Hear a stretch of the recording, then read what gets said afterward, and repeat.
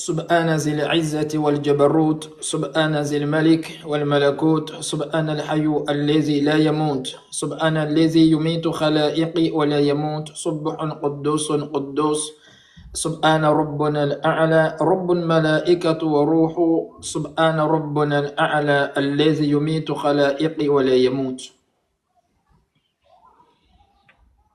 اللهم صل على محمد وعلى أهل محمد كما صليت على إبراهيم وعلى أهل إبراهيم إنك حميد مجيد وبارك على محمد وعلى أهل محمد كما باركت على إبراهيم وعلى أهل إبراهيم إنك حميد مجيد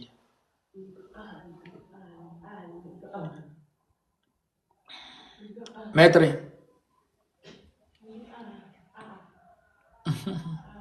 Oui, maître. tu n'as pas donné le nom de la thématique. La thématique. Fallait citer la thématique d'abord en introduction. Tu as oublié? Ok. Ok.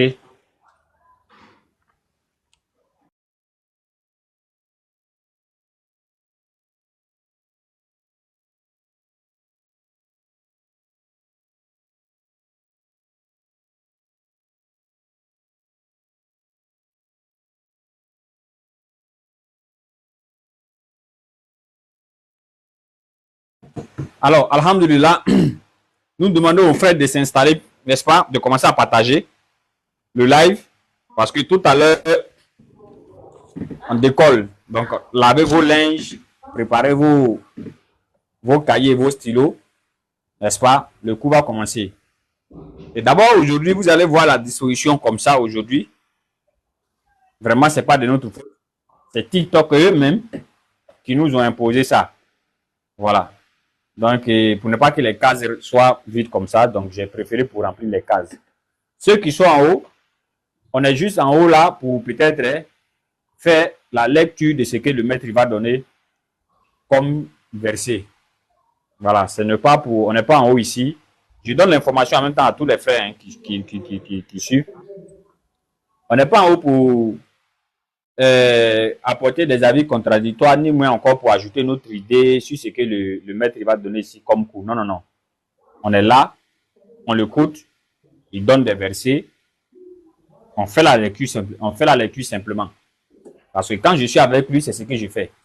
Il donne les versets, moi je fais seulement les différentes lectures. Alors, quand ça finit, au moment le temps des questions-réponses va arriver, les frères vont demander, ils montent, posent leurs questions, pour ça se répond. Donc, je dis ça pour ne pas frustrer d'autres personnes qui veulent monter, mais je n'accepte pas. Ils vont voir que des gens sont en haut, alors qu'eux, ils demandent à monter. C'est pas accepté, n'est-ce pas? Je n'accepte pas, alors que les autres sont en haut. Bon, vous allez voir des commentaires ici. Faut faire monter telle personne, faut faire monter telle personne. Non, non, non. Les frères, ils sont en haut avec nous ici. C'est pour faire simplement que la lecture. On a au moins 4 personnes, n'est-ce pas? Il y a un frère qui vient de s'ajouter avec nous. Nous sommes 4. Je pense bien que quand Oussaz va donner les versets, entre moi, Ibrahim, Akebilan et le frère d'en bas, son nom est caché un peu, il ne voit pas. Abba, son nom est un peu caché, n'est-ce pas? Entre nous 4 là, quelqu'un va faire la lecture. Voilà, pour vraiment gagner en temps quand Oussaz va donner le verset. Parce que si un a vite retrouvé, il commence à faire la lecture en même temps, Inch'Allah. Mais du moment où Oussaz donne le cours, nous on est muté, on l'écoute. On l'a muté, on l'écoute. Voilà, mais répondre à Oussaz, oui, ce que tu as dit là, oui, c'est vrai. Non, nous-mêmes, non, on ne va pas le faire. Nous-mêmes, ouais, mais tu sais, Oussaz, ce que tu as dit là, même mon idée n'était pas dessus. C'est vrai, non. On écoute seulement, il donne les versets, on fait la lecture. Inch'Allah. Aujourd'hui, le thème d'aujourd'hui, on n'est pas de la thématique d'aujourd'hui, c'est la connaissance stylistique dans la Bible. Pour ceux qui nous suivent, on a déjà fait la connaissance stylistique dans le Coran. Voilà. Le frère Gisèle, vraiment, quand il te fortifie, normalement, c'est de ça qu'on a besoin pour pouvoir sécuriser réellement le live. Hein? Voilà, le frère Gisèle, vraiment, je vois. C'est Justine. Ah, la soeur Justine, ok. Merci pour le cadeau, on voit, Inch'Allah. Qu'Allah met vraiment la baraka. Ça sécurise le live en tout cas. Ce que tu fais, ça sécurise le live. Ça sécurise le live. Alors, aujourd'hui, le thème d'aujourd'hui, c'est la connaissance stylistique dans la Bible. Ceux qui sont avec nous depuis quand Louis XVI donne le cours ici, on a vu la connaissance stylistique dans le Coran. On a tous vu. Aujourd'hui, c'est la connaissance stylistique dans la Bible. Donc, maître, bismillah. اللهم صل على من جاء بالإسلام كالشمس وضحاها وبالسنة كالقمر إذا تلاها ومن عاش في النهار إذا جلاها ومن تغمت في ظلمات الليل إذا يغشاها. أعوذ بالله أن أكون في نفسي عظيما وعند الله صغيرا. Peut-on avoir été et ne plus être? Peut-on être et ne plus être? Sera-t-on et ne plus être? Si on a été, qu'on n'est plus, c'est qu'on n'est pas. Et si on est, qu'on n'est plus, c'est qu'on n'est pas. Et si on sera, qu'on sera plus, c'est qu'en réalité, on n'a jamais été. C'est lui Allah qui a été. Il n'a jamais cessé d'être. Il est, il ne cesse pas d'être. Il sera, il ne cessera jamais d'être. La causalité des causalités sans causalité. La finalité de toute finalité sans finalité. Il est la base de toute chose. Sans que rien ne soit à sa base, il est l'intemporo-spatial. Vouloir le concevoir, c'est concevoir qui ne peut être conçu. Quadrato mutalaka, son pouvoir est complet. Il crée avec cause. Il crée sans cause, il crée avec le contraire des causes. Jalla Jalaluhu. Il a fait venir les prophètes à leur peuple respectif en fonction de leur aptitude et de leur attitude. Robert Chai disait, ceux qui se discutent, si les gens se disputent pour des problèmes politiques et économiques, il arrive à un moment où le prix à payer devient très lourd. Il cherche à ce moment compromis et concession. Mais si se disputent pour des problèmes religieux, compromis et concession paraissent haïssab. Je reprends. Si les gens se disputent plutôt pour des problèmes politiques et économiques, il arrive à un moment où le prix à payer devient très lourd. Il cherche à ce moment compromis et concession. Mais si se disputent pour des problèmes religieux, compromis et concession paraissent haïssables. Et Maître Mété Mahmoud disait que la spiritualité, c'est l'ensemble des techniques, l'ensemble des pratiques et l'ensemble des méthodes et des méthodologies de purification de l'âme et de l'esprit pour se rapprocher du divin. La spiritualité, l'ensemble des techniques, l'ensemble des pratiques, l'ensemble des méthodes et des méthodologies de l'âme et de l'esprit pour se rapprocher du divin. Donc en matière de spiritualité, il faut connaître d'abord le créateur qui a créé toutes choses. Al-awwal qabla kulla shay'in wal-akhir ba'da kulla shay'in wal-zayru fawqa kulla shay'in wa huwa bi kulli shay'in alim. Celui qui était là avant toute chose, il sera là après toute chose. Il est l'intemporel-spatial comme l'a dit le maître Asdonba. Il est celui qui existe et suffit par lui-même. Il crée sans modèle préexistant, il crée sans décamètre, sans catalogue. Il a créé ces créatures-là et c'est lui qui il ordonne ces créatures. Il les a créées uniquement pour l'adoration. Et Karl Marx disait, c'est-à-dire l'adoration, c'est la cristallisation de la pensée sur une chose. Si cette chose n'est pas de Dieu, c'est de l'idolâtrie. L'adoration, c'est la cristallisation de la pensée sur une chose. Et si cette chose n'est pas de Dieu, automatiquement, la personne est dans l'idolâtrie. Donc, tant qu'on ne retourne pas à l'ontologie, tant qu'on ne retourne pas en fait à la grandeur de ce créateur-là, on ne peut pas en fait traiter encore les autres points. Donc Allah il dit comme ça au prophète, dans la sourate comme ça, sourate 21, verset 25, Allah il mentionne qu'il n'y a pas un prophète qui est venu sur la terre sans qu'il ne répète qu'il n'a aucune divinité à part Allah. Et le prophète parlant de la valeur de ce zikr qui fait ressortir l'unicité, il dit Afdal zikr, la ilaha illallah wa akbaru du'a, alhamdulillah. La plus grande évocation, c'est de dire il n'y a de Dieu que Dieu. La ilaha illallah. Inkar makhlukat wa ikrahul ahkamat. Nier les causes et les choses. Allah il dit au prophète, kum fa anzir wa rabbaka fakabbir. Oh Mohamed, kum fa anzir, lève-toi, avertis. Il va avertir quoi? Il va parler de la prière d'abord. Il va parler du jeûne. Non, non. Wa rabbaka fakabbir. Parle de la grandeur de ton Seigneur. Plus on parle de la grandeur de notre Seigneur, plus la foi va venir. Et après maintenant, l'ontologie qui est bien placée maintenant, on parle de la connaissance. Par exemple, Moïse, il a formé son peuple dans la foi. Après la traversée, n'est-ce pas, de la mer Rouge, il allait prendre les 10 commandements maintenant pour faire l'enseignement. Si on envoie l'enseignement alors que de façon basique, il n'y a pas la foi, c'est comme si tu es en train de planter alors que tu n'as pas déblayé en fait la brousse. Donc la ilaha illallah, c'est très important. enlever la force sur les causes et les choses, les éléments macrocosmiques, les éléments subatomiques, les éléments manifestes et subtils, toutes ces créatures ils sont shay'in, ils sont comme des choses devant Allah. Innama amruhu iza arrada shay'an an yakula law kun fayakun, as-sama'u shay'an, wal ardu shay'an, wal shamsu shay'an. Il a créé les cieux et la terre sans modèle président. Il a créé la terre, le soleil, tout ce qu'on voit sans modèle préexistant, sans décamètre, sans catalogue. Il s'appelle Allah. Il n'a pas de début, il n'a pas de fin. Il n'a pas commencé aussi. C'est lui qui fait commencer toute chose, il fait débuter toute chose. Il est l'intemporel-spatial. Il existe et puis il suffit par lui-même. Il est le permanent. Il n'y a pas un jour où il n'est pas là. Il n'y a pas un moment où il va dormir. Il n'y a pas un moment où il va aller dans les besoins sanitaires. Il ne mange même pas. Il ne parle même pas de dormir. Allah la ilaha illa huwa al-hayyul qayyum. La ta'khuzuhu sinatun wa la nawm. Law man fi samawati wa man fi al-ardi. Man zal ladhi yashfa'u 'indahu illa bi izni. Ya'lamu ma bayna aydihim wa ma khalfahum. Wa la yuhituna bi shay'in min 'ilmihi illa bima sha'a.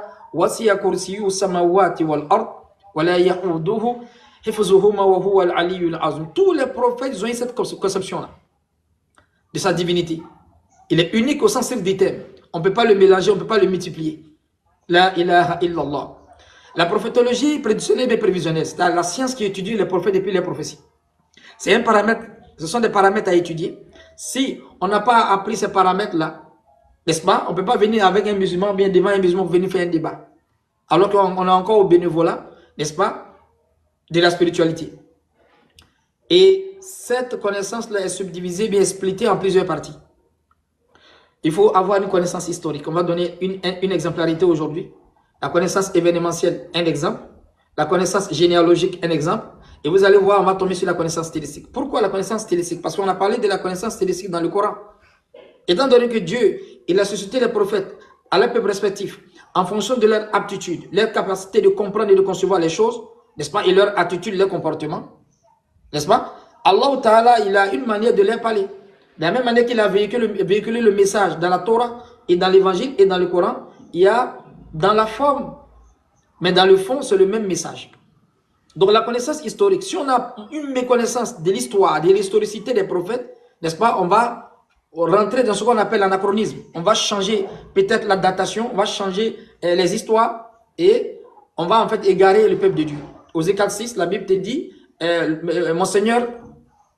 mon peuple périt, Dieu il dit plutôt mon peuple périt par manque de connaissance.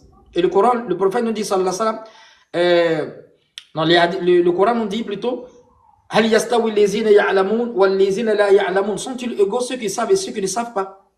Allah il dit, yarfa'illahu allazina amanu minkum wal lazina utu ilmu darajat. On va élever parmi vous ceux qui ont la foi et ceux qui ont eu la connaissance. Donc quand on ne connaît pas une chose, on ne doit pas s'hasarder dessus. Allah dit, wala taqfu ma laysa laka bi'ilm. Ne courez pas vers une chose dont vous n'avez pas le savoir. Inna sam'a wal basara wal fu'ada kullu kana ulaika anhu mas'ula. Ne vous jetez pas vers une chose dont vous n'avez pas de savoir. Inna sam'a, sur l'oreille que vous avez, wal basara, la vue, wal fu'ada, le cœur, vous serez tous interrogés dessus. Donc le musulman, il ne rentre pas dans une chose tant qu'il n'a pas appris au préalable. Et le prophète dit, sallallahu alayhi wa sallam, utlubul ilm wala bis-sin. Apprenez la connaissance même si c'est en Chine. Hein? Al-ilm faridatun, al-ma'rifa, ils ont trouvé les hadiths du prophète sallallahu alayhi wa sallam qui parlent de l'importance de la connaissance. Talabul ilm, faridatun ala kulli muslimin wa muslimat. Et le cheikh Mustafa Mourad est un savant qui dit, Talabul ilm, ça c'est le besoin, l'envie d'apprendre, la demande, est talab. Il dit, Talabul ilm, faridatun ala kulli muslimin wa muslimat. Vous voyez? Donc la connaissance est obligatoire pour tout musulman et musulmane. D'autres versions, il dit la connaissance obligatoire du berceau jusqu'à la tombe. Tant qu'on n'est pas encore, on n'a pas retiré notre révérence, on apprend chaque jour, on apprend chaque jour, on apprend chaque jour. On dit l'oreille va toujours à l'école. Ce qu'on n'a pas appris dans le calme, on va l'apprendre dans les larmes. Donc il ressort clairement, n'est-ce pas, de ce que j'ai cité tout à l'heure, une personne ne doit pas s'hasarder à rentrer. Même la société même n'accepte pas ça. La vie sociétale n'accepte pas que tu ailles dans un endroit où il y a l'hôpital, tu vas ouvrir vendre de quelqu'un d'autre, tu n'as pas préalable appris la chirurgie. Tu es un criminel. Pour pratiquer une chose, on va te demander d'abord, tu as eu quel diplôme? Ou bien tu as appris ça où? Même si tu n'as pas eu de diplôme, il faut avoir d'abord des connaissances au préalable. Donc Allah d'abord il enseignait ses prophètes, et puis les prophètes partaient transmettre. Nous on se lève, on sait un bon matin, on ne s'humilie même pas pour aller apprendre avec un savant, et on se lève, on vient faire le débat avec les musulmans. Donc on rentre aujourd'hui dans la prophétologie prédictionnelle et prévisionnelle, la connaissance qui étudie l'histoire des prophètes et les prophéties. Il faut avoir une connaissance historique. On va donner quelques exemples. Des choses qui nous ont échappé dans la connaissance historique, on a bu, alors qu'en réalité, ce n'était pas vrai. La connaissance événementielle. On va donner des exemples. La connaissance généalogique. Après la connaissance numérique et la connaissance stylistique. Est-ce que vous voyez?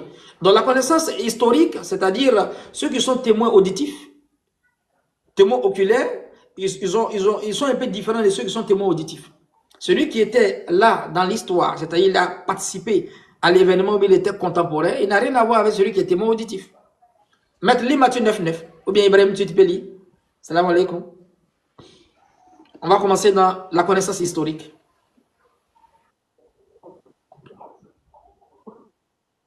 Là, il vit un homme assis au bureau de la collecte des dîmes nommé Matthieu, et il lui dit, suis-moi. L'homme se leva et le suit.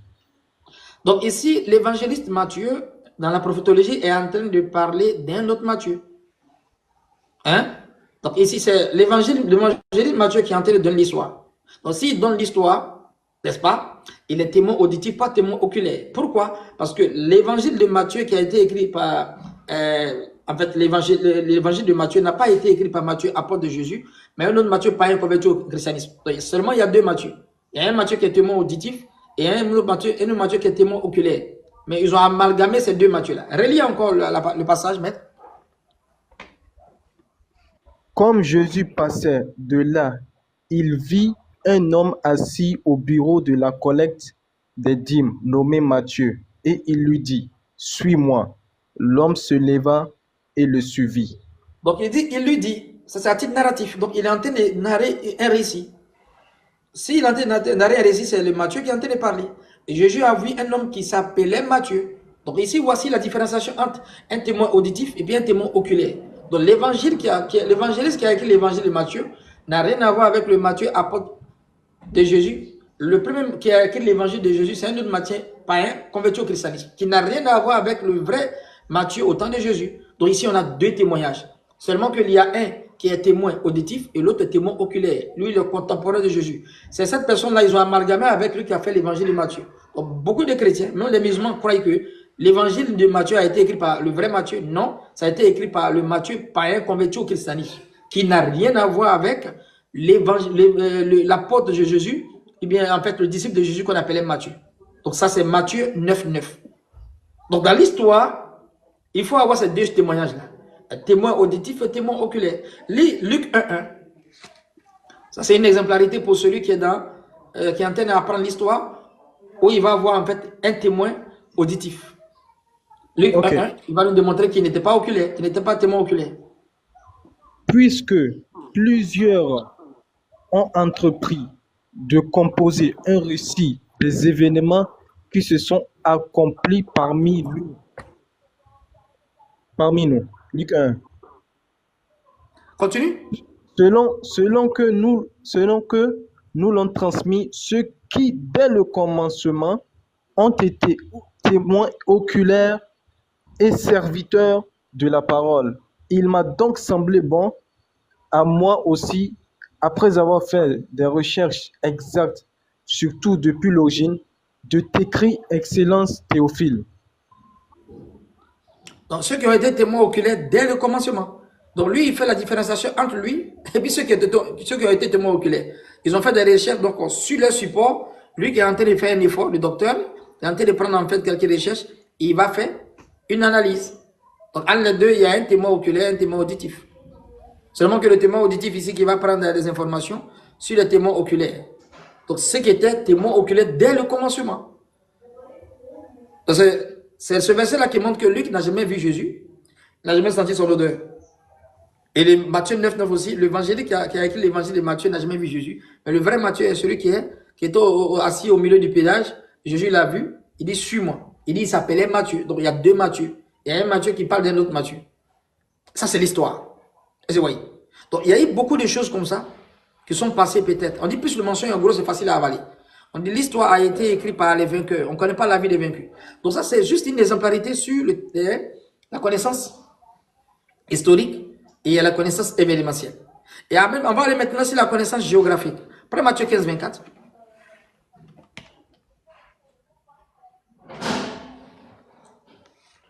Matthieu 15, verset 24.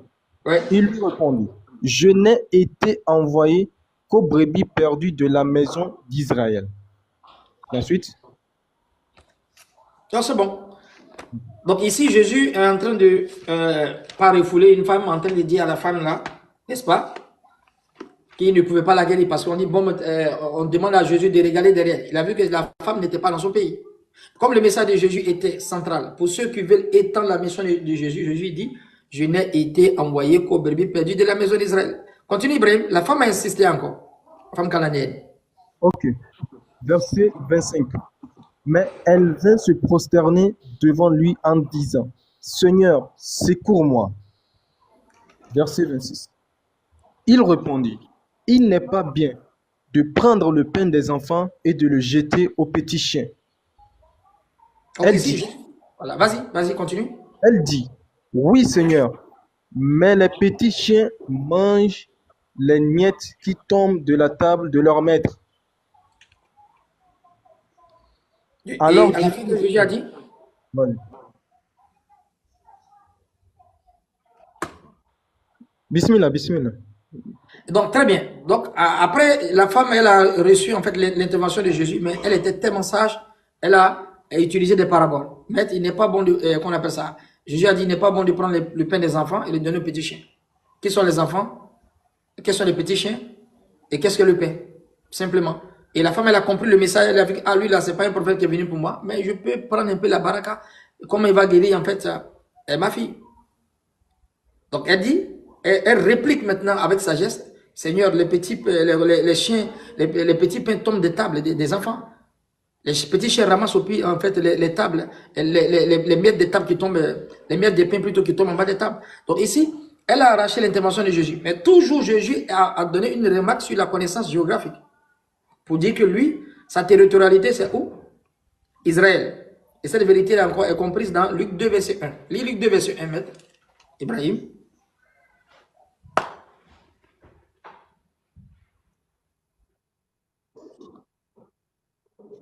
Verset 1.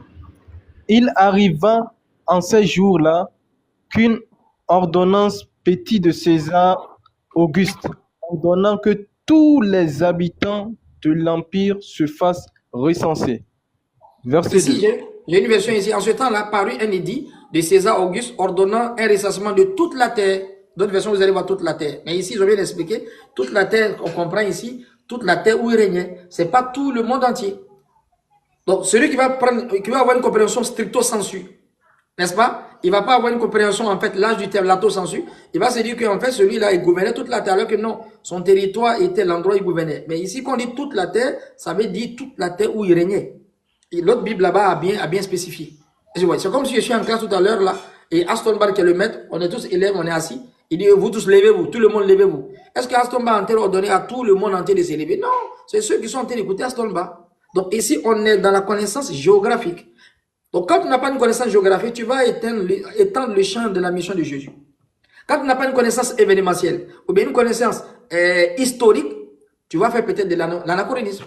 Et par manque de connaissances historiques, par la méconnaissance de l'historicité, on a dit des choses, on a avalé des choses. Je prends un exemple, j'ai dit ça hier. On est en quelle année actuellement? Nous sommes en quelle année? 25, 2025. En 2025. Alors que selon la théologie chrétienne, biblique, approfondie, on est en 2031.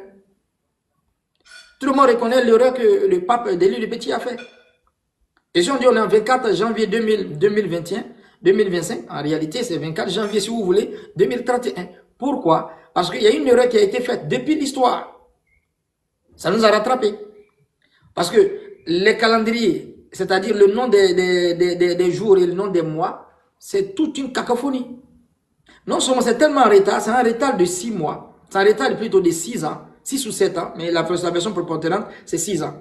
6 ans, Jésus est né 6 ans avant sa naissance. Vous allez voir une thématique dans la théologie qu'on appelle Jésus-Christ est né avant Jésus-Christ. 6 ans, n'est-ce pas? D'autres même parlent de 2 mois et 11 jours. Pourquoi 2 mois? Parce que le décembre a été décalé. Décembre qui a le sens de 12, de 10, a pris le sens de 12. Et quand tu regardes, quand tu vas compter du plus grand au plus petit, c'est-à-dire de 10, 9, 8 jusqu'au premier mois, on va tomber 6 mars.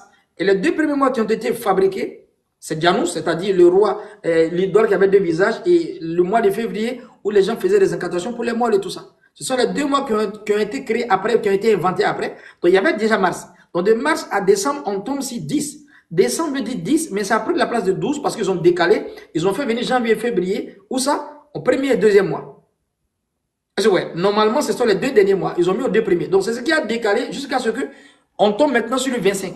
Et on fait exister le Dieu, n'est-ce pas, de certains chrétiens qui ont dit qu'il est né le 25. Donc s'il est né le 25, on doit partir directement, à partir du 26, on rentre dans la nouvelle année. Mais on fait naître au milieu même du mois, et le 31 là-bas, le 1er janvier là-bas, on parle de nouvelle année. Mais si on commence à compter le temps par la naissance de quelqu'un, je pense que le 26, bien, le jour de décembre seulement devait être 25 jours. Mais 24. Au 25e jour, on passe à la nouvelle année. Si vraiment on comptait à la naissance de Jésus. Donc c'est toute une cacophonie. Quand tu prends Matthieu 2, verset 6, où on te parle, oh toi Bethléem, tu n'es pas le moindre principal ville de Juda, car de toi sortira un chef qui pètera les hommes mon peuple. Donc si Jésus est un chef, et si c'est à partir de lui que vous avez écrit l'histoire, notamment le calendrier, il y a combien d'erreurs?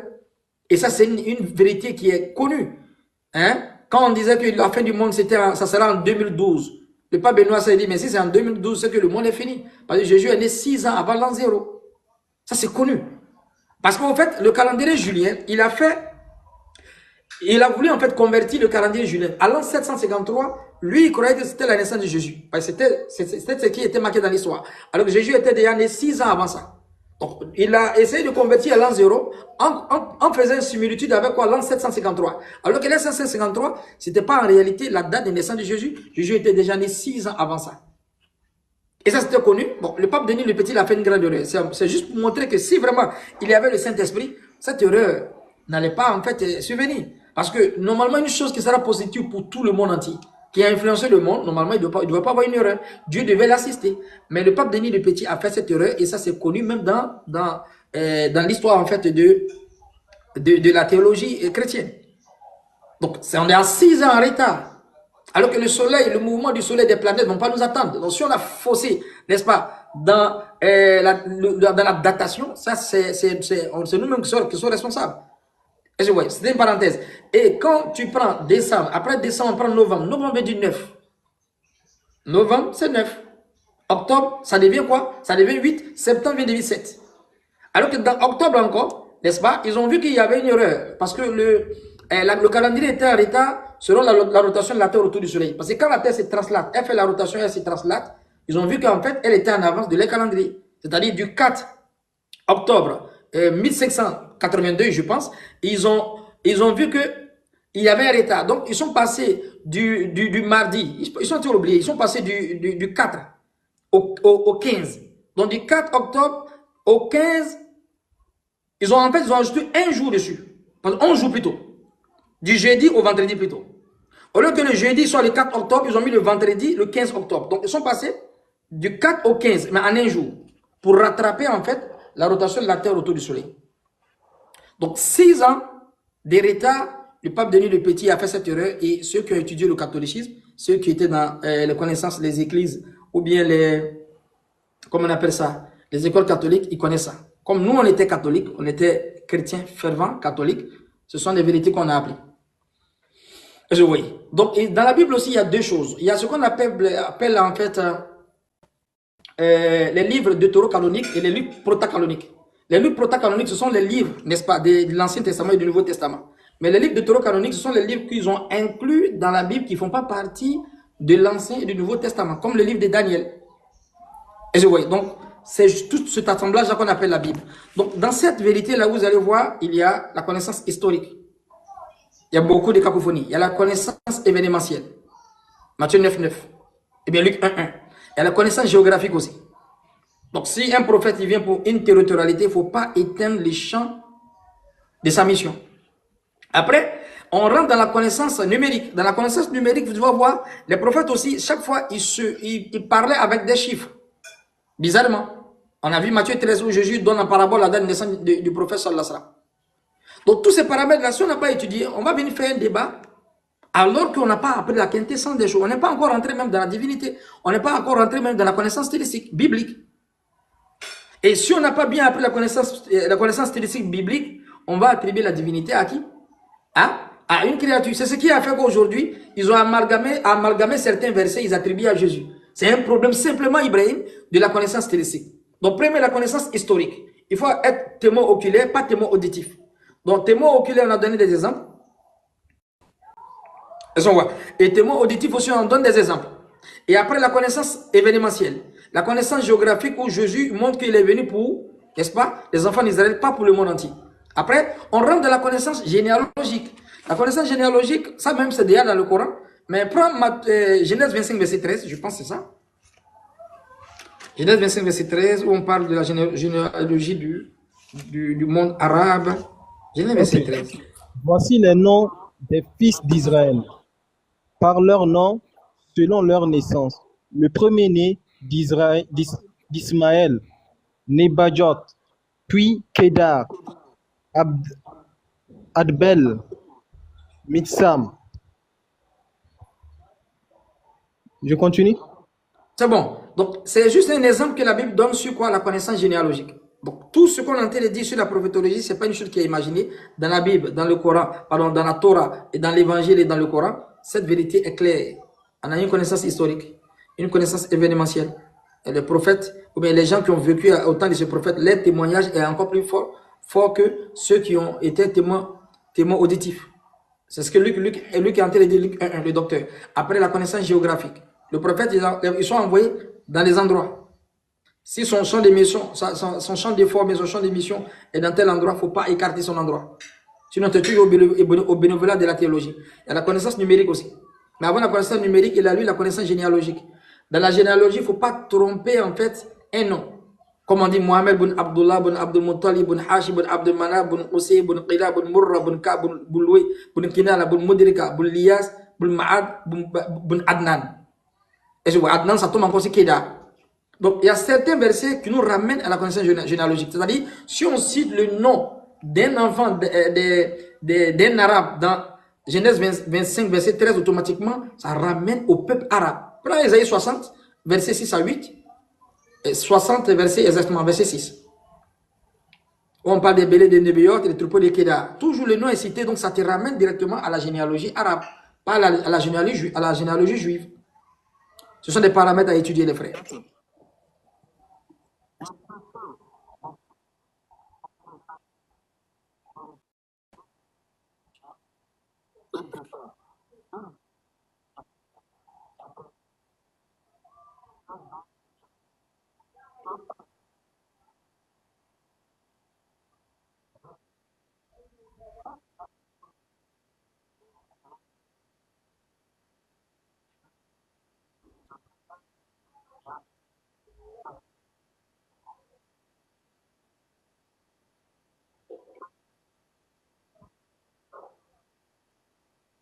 Merci, maître. Donc ici, on a deux informations. On a une connaissance ici, généalogique, la connaissance géographique. Donc ici, le territoire parle de la maison de la gloire, qui est la cave. On a demandé ça la dernière fois. Et vous voyez. Donc ici, les bélés de Nebéot, les troupeaux de Kéda. Donc on retrouve là, ces deux noms-là dans Genèse 25, verset 13. Donc on ne peut pas encore transformer la pacotille en or. On ne peut pas mettre le poison dans le miel pour dire que non, cette prophétie-là parle des Juifs. Non, ça parle des Arabes parce que la généalogie est citée ici. Si on ne respecte pas ça, c'est qu'on a trahi la prophétologie. Après, on rentre dans ce qu'on appelle la connaissance numérique. Là, ça nous démontre l'arithmo-islamologie, qui montre que les prophètes, ils avaient des connaissances, je ne vais pas dire mystiques, mais ils avaient des connaissances qu'ils n'arrivaient même pas à expliquer, mais ils donnaient comme ça. C'est les gens qui vont venir après qui vont déchiffrer ça. Soit on a une information sur la numérologie, sur des chiffres. Et je vois, on va prendre un exemple encore avant de prendre Matthieu 13, on prend dans Daniel. Prends Daniel Ibrahim.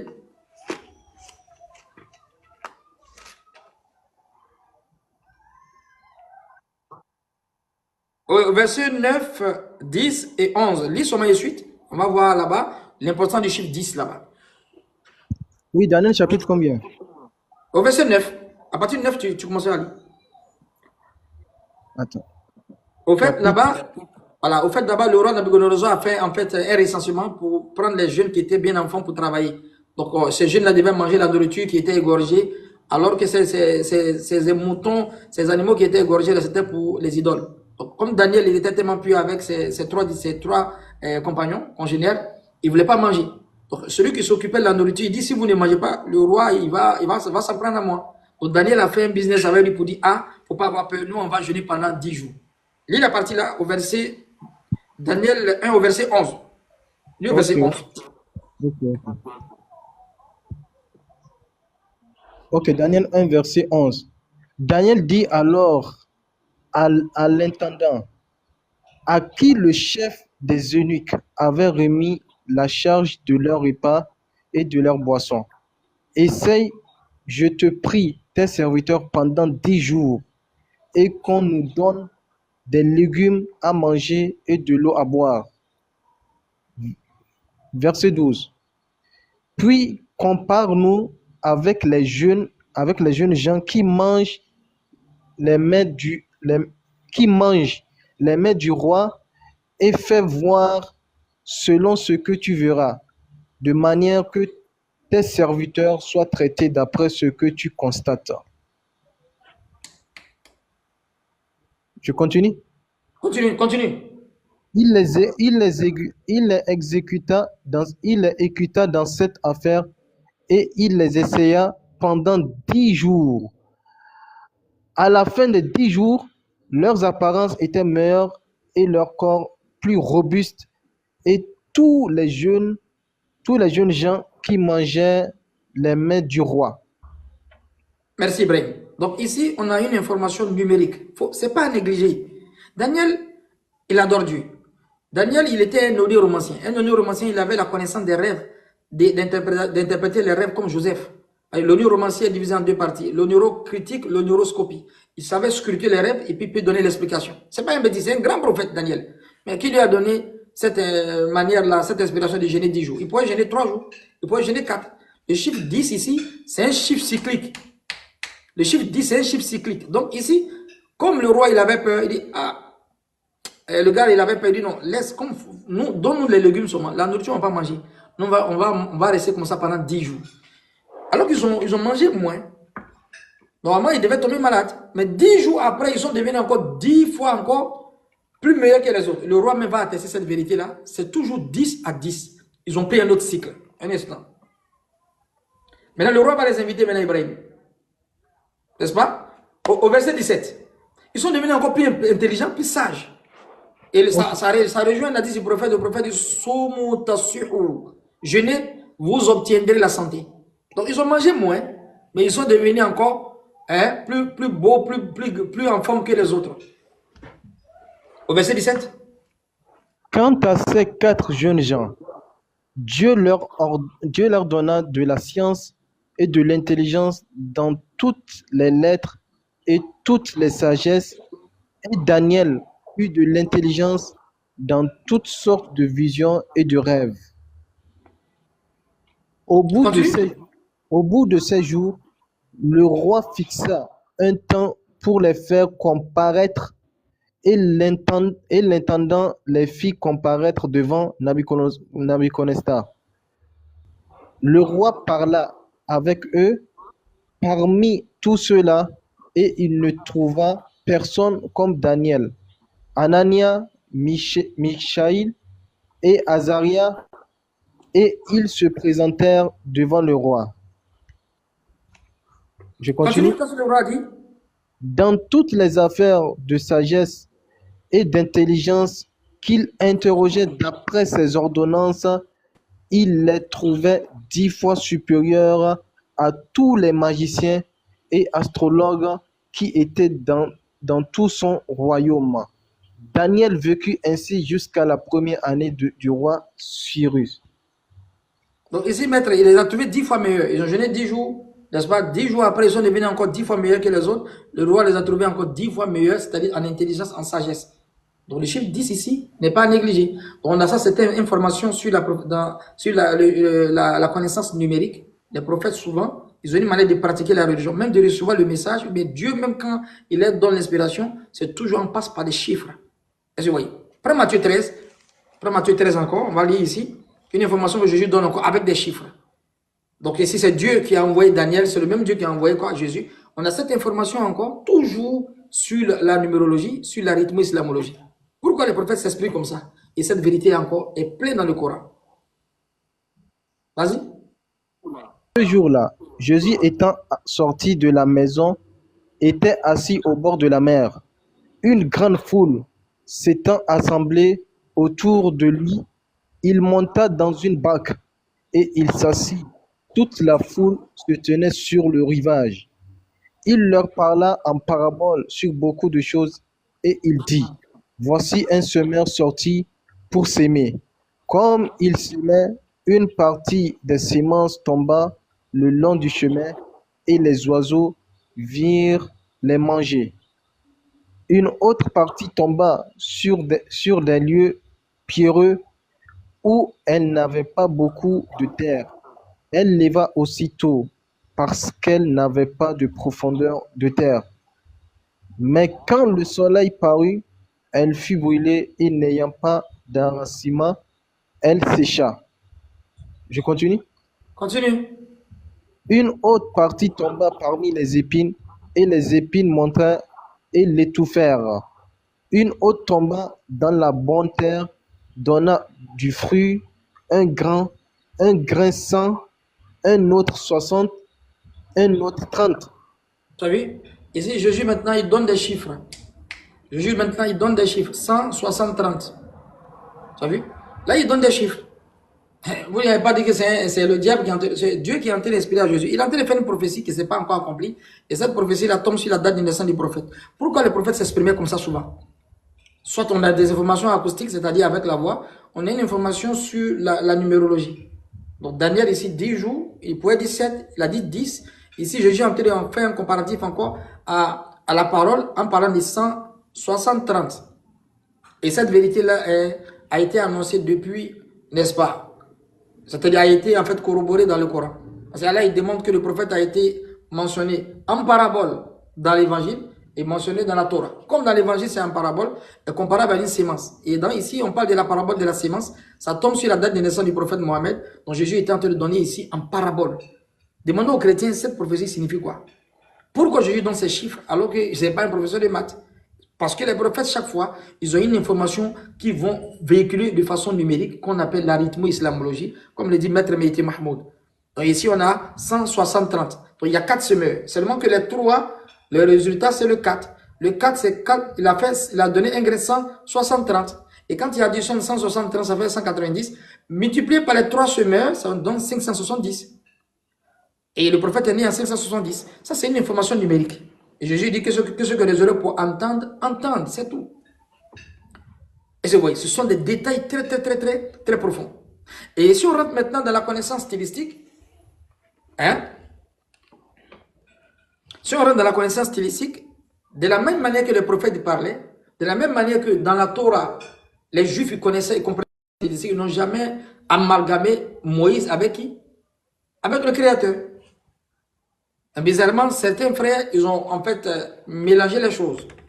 Donc, on va prendre quelques exemples encore pour montrer combien de fois cette connaissance stylistique-là était dans la vie des Arabes et même la vie des Juifs.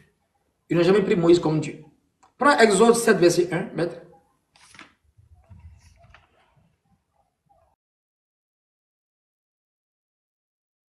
Exode 7, verset 2. Tu parleras à Pharaon et tu lui diras, ainsi parle l'Éternel, Israël est mon fils, mon premier-né. Exode 7, 1. Exode 7, 1. Je te fais Dieu pour Pharaon et Aaron sera ton.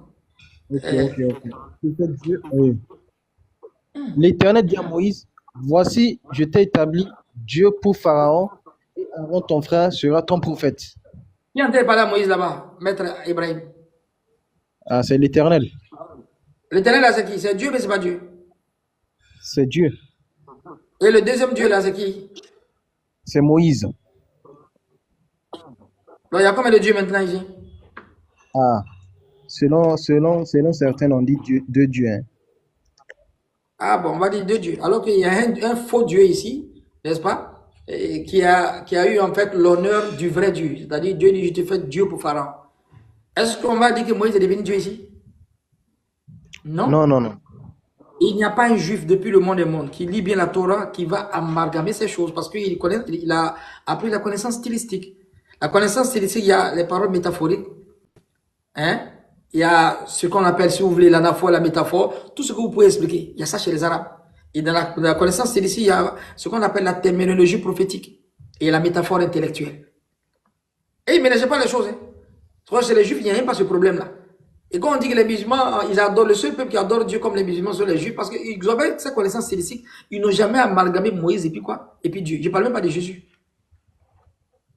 La connaissance stylistique ici, je te fais Dieu pour Pharaon. S'il y avait ce verset-là directement, aujourd'hui dans la Bible et dans le Nouveau Testament, à la compte de Jésus, mais c'était gâté. Alors que les gens transforment la pacotille en or en faisant des stigmas, des déductions sur des versets qui n'ont rien à voir. C'est le manque de connaissance stylistique, Ibrahim. C'est le manque de connaissance stylistique, c'est tout. Quand on comprend mal, on va mal pratiquer. Donc je te fais Dieu, ça c'est direct. Ce verset n'est même pas de débat dessus. Si on veut avoir une compréhension stricto sensu, on va dire que Moïse est Dieu. Mais non, la connaissance stylistique, les Juifs savaient. Je te fais Dieu pour Pharaon. Aaron sera ton prophète. Donc il faut comprendre ça de façon métaphorique. Est-ce que Moïse était Dieu? Il était Dieu pour Pharaon parce que quand il s'agissait de faire des miracles, c'est Moïse qui faisait les miracles. Et Moïse qui est prophète, Dieu il dit, je t'ai fait Dieu. Et toi, tu ne deviens plus prophète, tu deviens Dieu. Mais c'est Aaron qui devient ton prophète. Alors qu'Aaron, il est prophète de Dieu. C'est quelle manière de parler? C'est-à-dire, quand il s'agissait de faire des miracles, c'est Moïse qui opérait les miracles. Quand il s'agissait de parler, il dit, c'est Aaron qui parlait souvent. C'est ce que l'explication dit. Donc, on ne doit pas avoir une compréhension stricto sensu comme ça, non. Donc, connaissance stylistique dans la Bible, c'est clair. Prends Exode 23, verset 20 à 23. Donc, le nom de Dieu ici, Dieu a donné ça à Moïse. Il y a des anges qui ont été appelés Dieu sans qu'il ne soit le Dieu créateur. Donc, le nom de Dieu, c'est un Dieu, c'est un nom commun, c'est un nom qui peut être attribué à tout le monde. Exode 23, verset 20 à 23. Exode 23, verset 20 à 23. Voici, je vais envoyer un ange devant toi pour te guider en chemin et pour te faire arriver dans le lieu que j'ai préparé. Sois bien attentif à lui. Écoute sa voix. Ne sois pas rebelle contre lui, car il ne pardonnera pas vos péchés, car mon nom est en lui. Mais si tu écoutes sa voix et si tu fais tout ce que je te dis, je serai ennemi de tes ennemis et je serai adversaire de tes adversaires. Verset 23. Car mon ange... Oui. Vas-y, continue. Car mon ange marchera devant toi et il te conduira dans les Amorrés, les Hétiens, les Phérésiens, les Cananéens, les Hivites et les Jubusés et je les anéantirai. Verset 24. C'est bon, Ibrahim. Si tu dis bien Exode 23, verset 20 à 21, là-bas, vous allez voir, Dieu est en train de donner des garants même à Moïse et à son peuple. Il dit, l'ange qui va vous suivre là, respectez ce qu'il va dire, tout ça. Sinon, l'ange ne va pas faire quoi? Il ne va pas pardonner les quoi? Ibrahim? Et leurs péchés. Ah, c'est l'ange qui pardonne les péchés, mais c'est Dieu qui pardonne les péchés. C'est Dieu. Mais, si vous voyez quelqu'un qui a une myopie spirituelle, n'est-ce pas, biblique, qui vient dire que en dehors de Jésus, aucun homme ne pardonne les péchés. Il y a un ange qui pardonne les péchés, est-ce qu'il est Dieu? Parce que d'autres disent que le caractère de Dieu, Dieu pardonne les péchés. Mohamed n'avait pas le pouvoir de pardonner les péchés, Jésus pardonne les péchés. Et l'ange qui pardonne les péchés, c'est qui? On doit l'adorer aussi? Non, connaissance stylistique. Le fait de pardonner les péchés, c'est Dieu qui donne le pouvoir. Quand le prophète dit à un compagnon, va, Dieu a pardonné tes péchés, en réalité, c'est pardonné. Parce qu'il n'est que l'intermédiaire. Donc, si un prophète, Mohamed, Jésus, bien un ange joue l'intermédiation, est-ce qu'on va attribuer la divinité à cet ange? Non, il est porteur de messages. Connaissance stylistique. Connaissance stylistique. Il est porteur de messages. Donc, c'est Dieu qui est en train de dire, le même Dieu qui est en train de dire que je t'ai fait Dieu pour Pharaon. Dieu dit, cet ange-là, si tu ne fais pas attention, il ne va pas pardonner vos péchés. C'est Dieu qui pardonne les péchés, mais c'est l'ange qui pardonne les péchés. Parce qu'il a mis son nom en lui. Ibrahim, reprends encore le verset, s'il te plaît.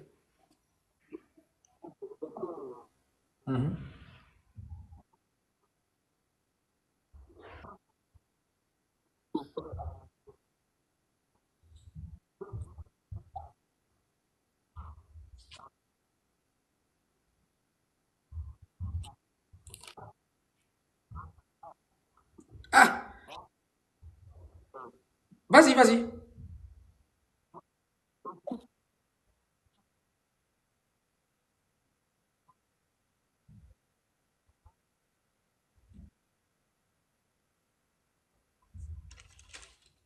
Ici, c'est l'ange qui va pardonner les péchés.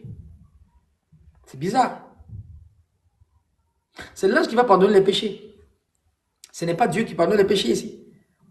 Hein? Alors que c'est Dieu qui pardonne les péchés. Parce que l'ange, il est porté des messages. C'est tout. Donc si on dit que non, le fait de pardonner les péchés, ça c'est attribué au Créateur.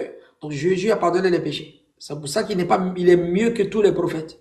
Mais il y a un ange qui a pardonné les péchés. Et là, j'ai entendu ordonner encore aux grands frères, c'est-à-dire aux ascendants même de Jésus. Je parle de Moïse.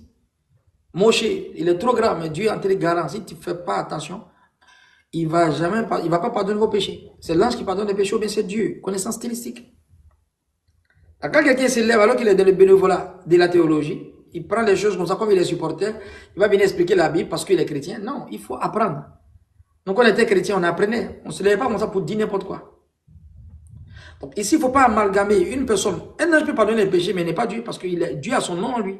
Quand l'ange dit à Agar, je multiplierai sur toi ta postérité, elle ne sera si grande, jusqu'à ce que tu ne peux la compter. Le fait que l'ange dit, je vais multiplier, c'est l'ange qui multiplie, bien c'est Dieu. C'est Dieu, mais il est porté des messages. Quand il dit, je multiplie, c'est pas lui, il fait rien, en réalité, c'est Dieu qui fait. Mais s'il dit Dieu, ça fait quoi? Connaissance stylistique. Donc, les anges sont appelés Dieu dans la Bible, mais ils ne sont pas le Dieu créateur. Prends Genèse 35. Avant de prendre Genèse 35, Genèse 40, pardon, Genèse 49, non, 48, au verset 3 à 4. C'est ça. Où on parle de Jacob. Genèse 48. Ok, Genèse 48, verset 3. Jacob dit à Joseph, Dieu Tout-Puissant m'est apparu à Luz, dans le pays de Cana, et il m'a béni. Et en me disant, voici, je te ferai prospérer, et je multiplierai ta postérité, et je te donnerai ce pays à toi et à ta postérité après toi comme une possession éternelle. Verset. C'est bon, Ibrahim. Ici, Jacob est en train de dire à Joseph, qui lui a apparu? Ici, c'est Jacob qui dit. Oui, il dit qui lui a apparu. C'est Dieu qui lui a apparu. Oui, c'est Dieu. En réalité, c'est Dieu ou bien c'est l'ange de Dieu? Non, c'est l'ange de Dieu. Mais ce temps, il s'appelle Dieu. C'est-à-dire, on peut l'appeler Dieu, mais ce n'est pas le Dieu créateur. Ce temps, les anges sont appelés Dieu souvent dans la Bible. Mais ils ne sont pas le Dieu créateur. Et Dieu m'a apparu. Mais Exode 33, verset 20. Personne ne peut me voir et vivre, sinon il mourra. Pourquoi il n'est pas mort s'il a vu Dieu? Pourquoi il n'est pas mort s'il a vu Dieu? La connaissance stylistique. La connaissance stylistique. Personne ne peut me voir et vivre, sinon il mourra. Mais s'il n'est pas mort, c'est que ce n'est pas Dieu, il a vu. Ils vont donner l'exemple de Jules. Et lui, et puis il était à Manoah, ils étaient avec sa femme, et puis ils ont vu un ange. L'ange de l'Éternel m'a apparu. Et puis Manoah a dit, nous allons certainement mourir car nous avons vu Dieu. Donc ils disent, comme ils ont dit ça, c'est qu'ils avaient vu Dieu. Normalement, ils ne sont pas morts. S'ils ne sont pas morts, ce n'est pas Dieu qu'ils ont vu, c'est un ange de Dieu. Mais ils l'ont appelé Dieu, il s'appelle Dieu, mais ce n'est pas le Dieu créateur. Parce que quand tu vois le vrai Dieu, tu meurs. Vous allez dire que Dieu a menti à Moïse? Non. Les autres 33, verset 20. Allah dit, tu ne peux pas me voir. Et cette vérité est dans la sourate A'raf, la sourate 7. Regarde cette montagne. Si la montagne est stable, tu pourras me voir.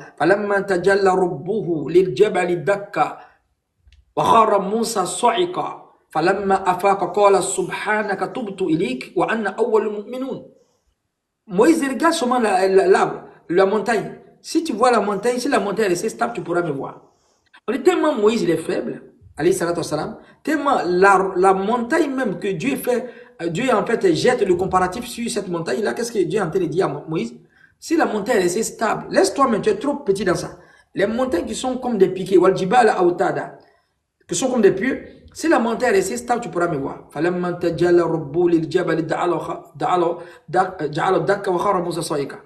Allez, il a monté sa majesté, une petite lumière seulement à la montagne est devenue poudre. C'est l'évanouissement de la montagne qui a évanoui Moïse. Moïse est trop petit dans ça. Donc personne ne peut me voir et vivre. Mais si Jacob dit Dieu m'est apparu, et ils comprennent, il n'y a pas un juif qui a lu ça pour dire que, et puis il a dit que Jacob a vu Dieu. Jamais. Jamais. Parce qu'il comprenait. En fait, les anges s'appellent Dieu aussi dans la Bible. Il a vu un ange de Dieu. Et cette vérité est comprise dans Genèse 35, verset 1 à 3. Lis Genèse 35, Ibrahim.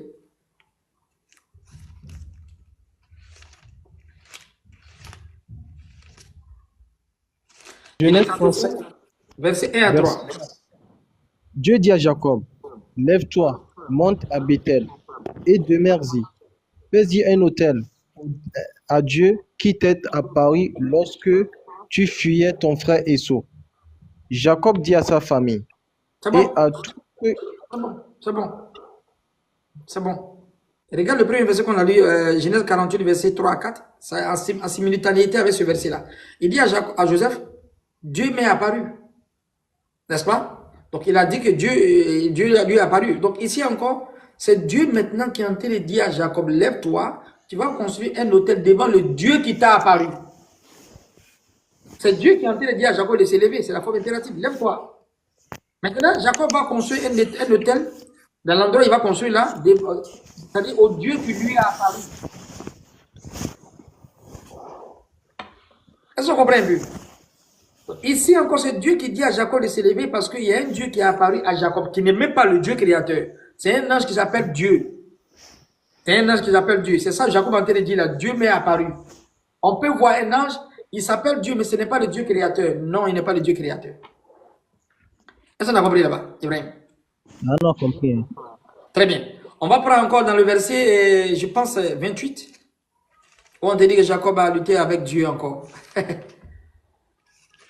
Ok, Genèse verset, 28, au verset 10 à 22.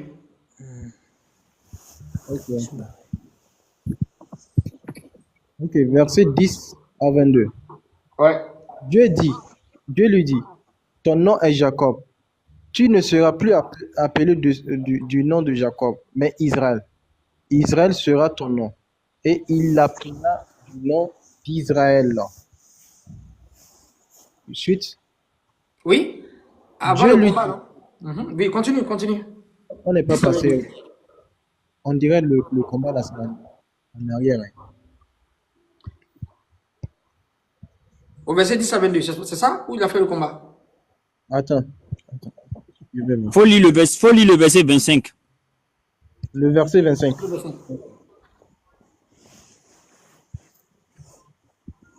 Verset 25. Excusez-moi.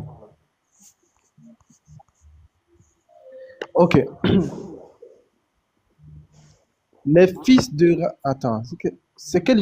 Je suis au verset 25. Hein. De Genèse Genèse. Genèse 28. Ah, 28 c'est et suite. Genèse 28. Oh, merde.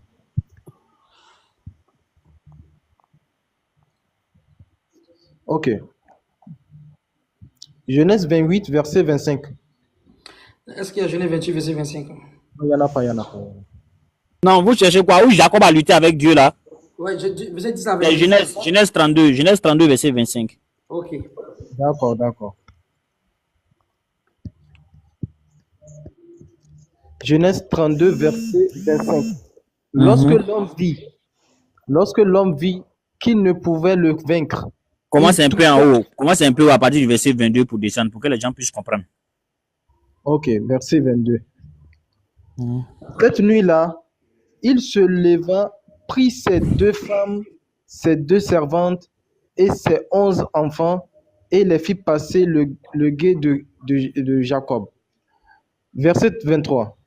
Il les prit, les fit passer le torrent et fit passer tout ce qu'il avait. Verset 24. Jacob resta seul et un homme lutta avec lui jusqu'au lever de l'aurore. Lorsque l'homme vit qu'il ne pouvait le vaincre, il toucha l'articulation de sa hanche et l'articulation de la hanche de Jacob se démit pendant qu'il luttait avec lui. Il dit, laisse-moi aller, car le jour vient. Jacob répondit, je ne te laisserai point aller que tu ne m'aies béni. Verset 27. Il lui dit, quel est ton nom? Et Jacob répondit, Jacob. Il dit, ton nom ne sera plus Jacob, mais Israël, car tu as lutté avec Dieu et avec les hommes et tu as vaincu. Donc ici, il s'agit là, en fait, de pas de Dieu. On ne va pas dire que le Dieu créateur a lutté avec sa créature. Même maintenant, je ne peux pas lutter avec Dieu. Mais au fait, pardon, même un homme plutôt. Et ici, il s'agit là d'un ange de Dieu qui est appelé Dieu. Ce n'est pas le Dieu créateur ici. Vous voyez? Donc les anges, ils sont appelés Dieu dans la Bible. Et encore, remonte encore dans Genèse 28 qu'on a laissé. Genèse 28 au verset 12.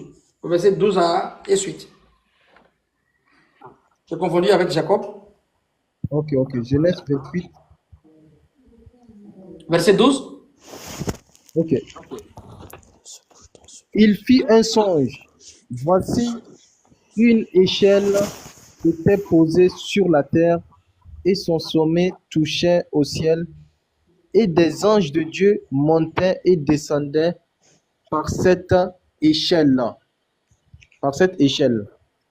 Verset suivant. Et Continue. voici l'Éternel se tenait au-dessus d'elle, et il dit, je suis l'Éternel, le Dieu d'Abraham, ton père, et le Dieu d'Isaac. La terre sur laquelle tu es couché, je la donnerai à toi et à ta postérité. Verset 14. Ta postérité sera comme la poussière de la terre. Tu t'étendras à l'Occident, à l'Orient, au Nord et au Midi, et toutes les familles de la terre seront bénies en toi et en ta postérité. Donc ici, les frères en islam, vous allez voir tous les versets qui parlent, n'est-ce pas, souvent de l'Éternel, qui sont attribués à Dieu, souvent aussi qui sont attribués aux anges. Les Genèse 18, au verset 1, où on te parle des trois anges qui ont vu Abraham, on commence par dire l'Éternel. C'est comme si Abraham a vu l'Éternel et cet Éternel est représenté en trois personnes, ce qui n'est pas logique. Vas-y. Verset, ok. Genèse 18 de suite, au verset 1. Genèse 18, verset 1. Ok.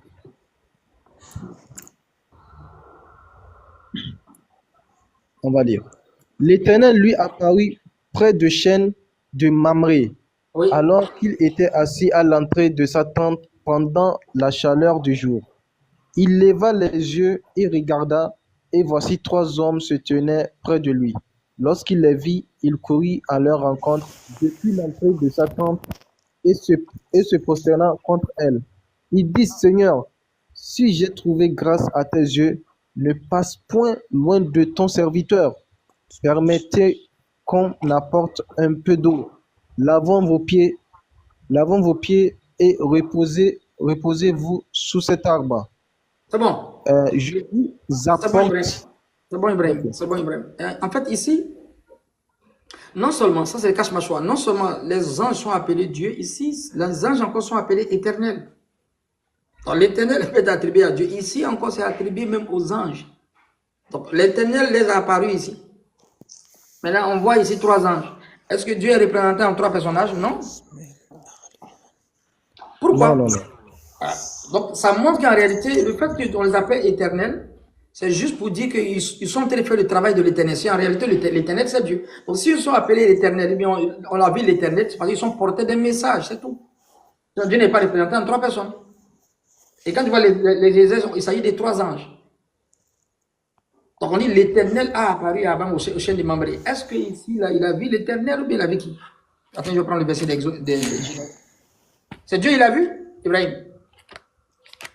Il n'a pas vu Dieu, c'est des anges, hein, des hommes. Les hommes, et puis ils avaient la forme adamique encore. Exactement.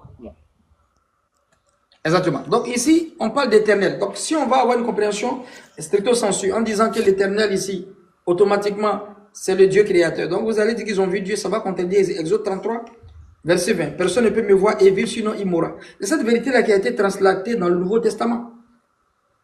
N'est-ce pas? Si on n'a pas compris ici, là, comment on va comprendre l'autre côté là-bas? Ceux mêmes qui ont existé même avant Jésus, ceux mêmes qui ont, en fait, ils ont reçu la Torah, ils n'ont jamais amalgamé Dieu et puis quoi? Et puis les anges qui sont appelés Dieu ou bien l'éternel créateur, avec les anges souvent qui sont appelés l'éternel. Mais comme ils sont portés d'un message, ils savent que directement, il s'agit de Dieu qui les a envoyés. Comment on peut dire qu'un ange peut pardonner les péchés? C'est Dieu qui pardonne les péchés, mais c'est l'ange qui pardonne les péchés. Ça, c'est la connaissance stylistique. C'est la connaissance stylistique. Un instant. Exode, un instant. Tu as déjà pris Exode 7, verset 1, n'est-ce pas? Exode 7, verset 1. Non, non, je ne pense pas. Non, non. Oui, non. Ouais, tu avais déjà pris ça, Exode 7, 1. Je te ferai Dieu pour. Je te ferai Dieu pour Pharaon, et Aaron sera ton prophète. Je vois. Oui, oui. Regarde encore ici. Exode 14, verset 19. Hein. Vas-y, l'ange de Dieu, Exode 14, 19.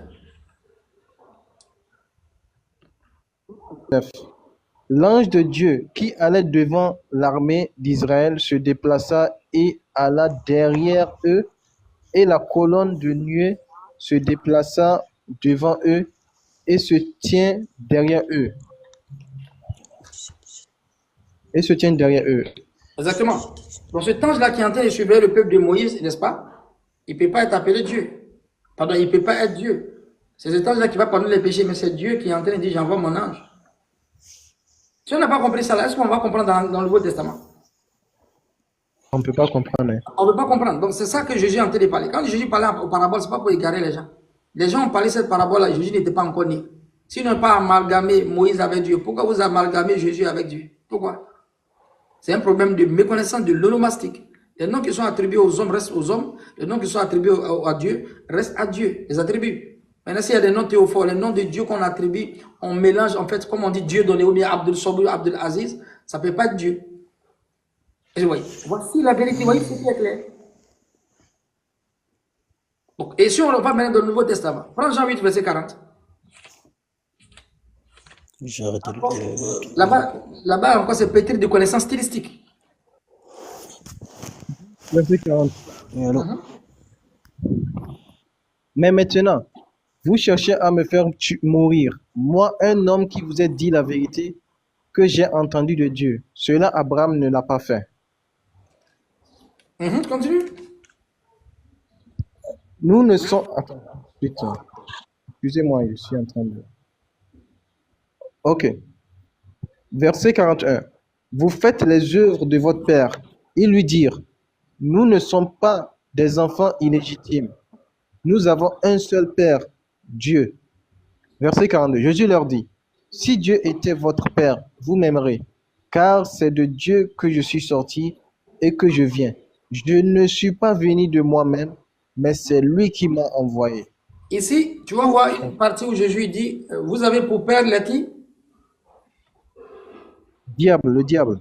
C'est qu'un chrétien qui va comprendre que les diables, là, les juifs, là, les parents sont les diables. Pourquoi on ne comprend pas comme ça?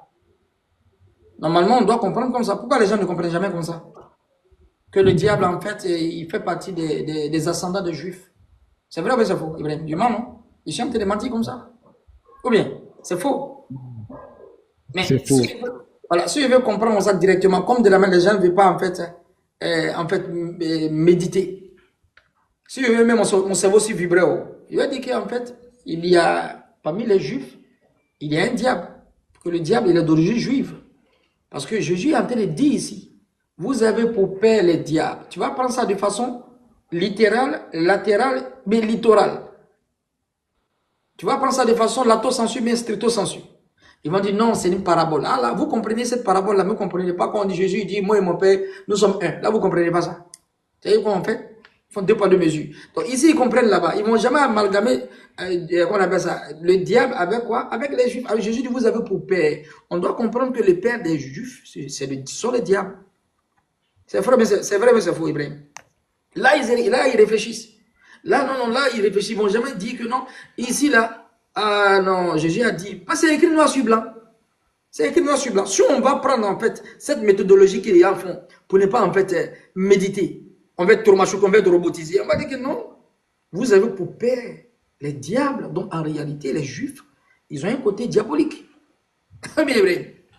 Voilà, c'est vrai. Mais là-bas, ils réfléchissent directement. Mais il y a le verset que tu as lu tout à l'heure, là. Retourne dans Exode 14, 19, là, quand tu as lu. On dit c'est l'ange de Dieu qui était devant et puis derrière eux, non? C'est pas ça? Oui. C'est pas ça? 14. Oui. Très bien. Regarde encore cet ange-là, il est appelé comment ici? Prends Exode 13, verset 21. La connaissance stylistique, si tu ne comprends pas, tu ne comprends pas. Verset Exode combien? 13, verset 21. 21.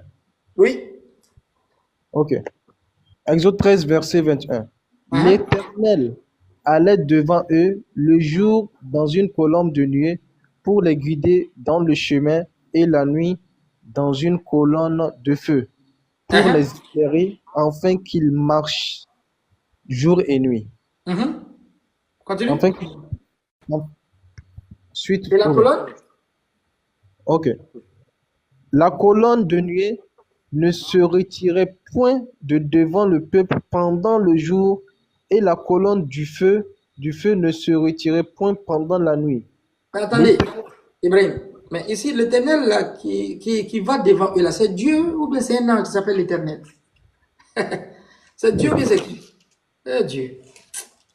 Alors, Dieu, n'a pas compris, c'est pas bon. C'est comme un mécanicien que tu envoies dans une salle de chirurgie pour aller opérer quelqu'un. Il va tuer le gars mal. Il va le blesser. C'est bien vrai.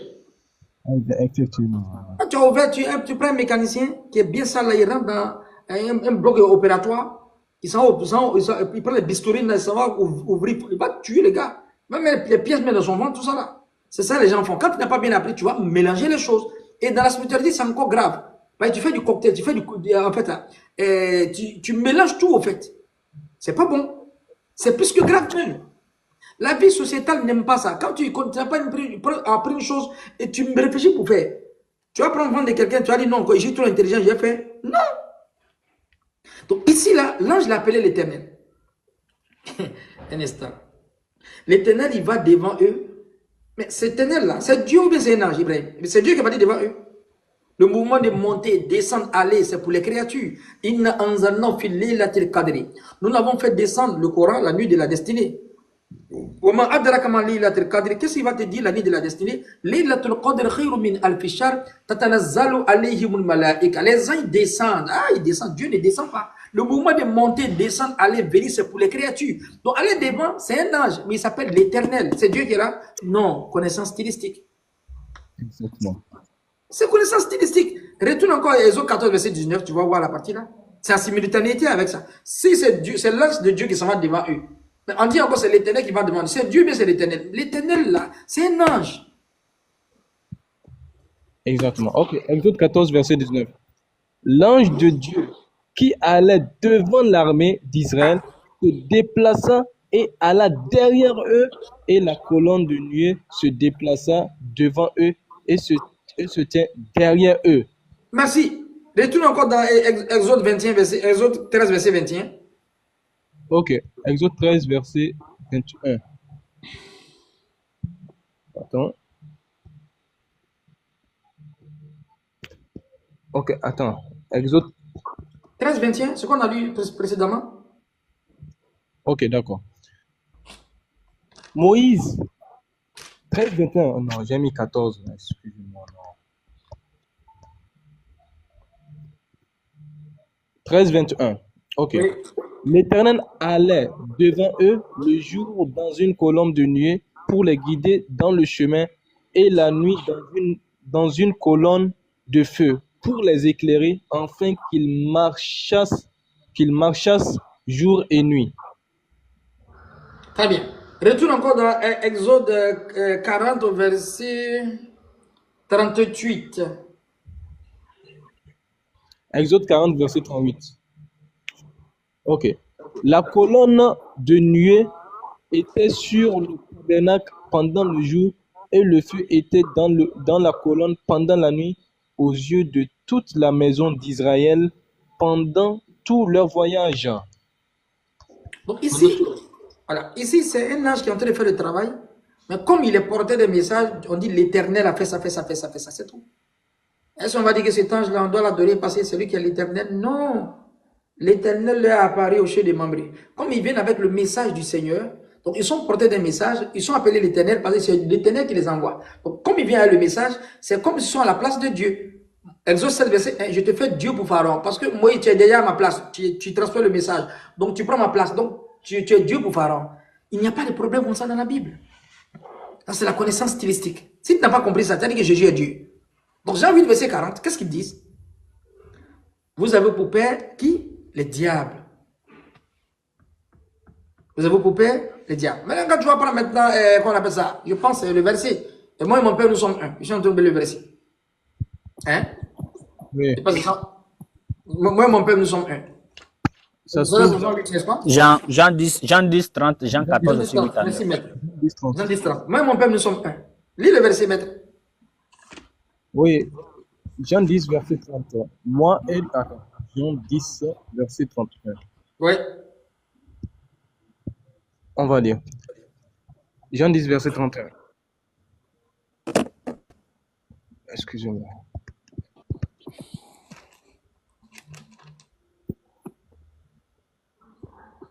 Le verset, c'est les Juifs prirent alors des pierres. Jean 10, 30. Ok. Verset 30. Moi et le Père, nous sommes un. Donc ici, moi et mon père, nous sommes un. Si on veut avoir une compréhension stricto sensu, on va retourner dans Genèse. Quand Dieu il dit dans la Bible, l'homme quittera son père et sa mère, et il formera quoi? Ils formeront quoi? Une Un. seule chair. Ils sont une seule chair. Est-ce que quand tu rentres dans la maison, tu trouves ces deux personnes qui ont deux reproductions différentes? Est-ce qu'ils sont collés comme ça?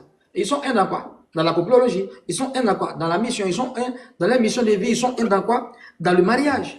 Et ils sont collés. Non, ils formeront une seule chair. Depuis quand l'homme et l'homme sont collés, alors ils sont mariés. Non. Est-ce que vous voyez? Donc moi et mon père, nous sommes un ici. Si on veut avoir une compréhension surtout sensu, si on veut lire ça, que en réalité, ça veut dire que Jésus et Dieu sont la même chose, c'est que les Juifs sont les diables, dans Jean 8,40. Là-bas, ils vont desserrer les taux, mais ici, ils vont serrer les taux. Mais non! Moi, mon père, nous sommes un. Mais l'autre côté, là-bas, vous avez pour père les diables. Là, ils comprennent facilement que non, ça c'est parabole. Quand ça les arrête pas, ils desserrent là-bas les taux. Jean 17, verset 10 à 11, va contredire ça. C'est en simultanéité avec le même verset, où Jésus parle de 1-1. Jean 17, verset 10 à 11, 20 à 21. Jean 17, verset 10 à 11. 10 à 11, oui. Jean 17 ou bien Jean combien? Jean 17, verset 10 à 11, virgule 20 à 21. Afin que... Attends. Oui, vas-y, c'est ça. Ok. Afin que tout soit un, comme toi, Père, tu es en moi, et moi en toi, afin qu'il soit aussi un en nous, pour que le monde que tu m'as envoyé. Ah, donc ici encore, lis au verset 20, 21. Au verset 20 plutôt. Ok, 20, 21. Verset 20, 21. Ce n'est pas pour eux que je prie, mais encore pour ceux qui croient en moi par leur parole, afin que tout soit un, comme toi, Père, tu es en moi, et moi en toi, afin qu'ils soient aussi un en nous, pour que le monde croit que tu m'as envoyé. Donc ici, si on a une compréhension stricto sensu, on va dire qu'on doit croire peut-être à combien de dieux? Je pense que ça fait 14, mais ça fait 13 dieux. C'est-à-dire les 12 disciples, n'est-ce pas? Avec Jésus, ça fait 13. Et avec Dieu, ça fait 14 dieux. Plus les... C'est une histoire de 1. Donc si moi et mon père, nous sommes un, ça fait Dieu. Jean 17, verset 10 à 11.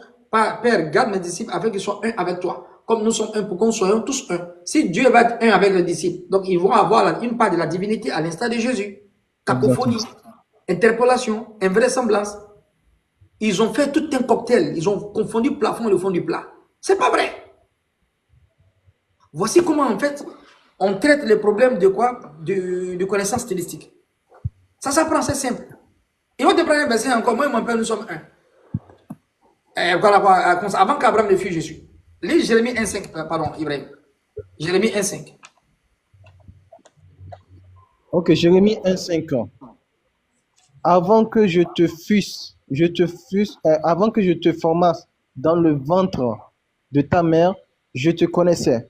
Et avant que tu sois sorti de son sein, je t'avais consacré et je t'avais établi prophète des nations.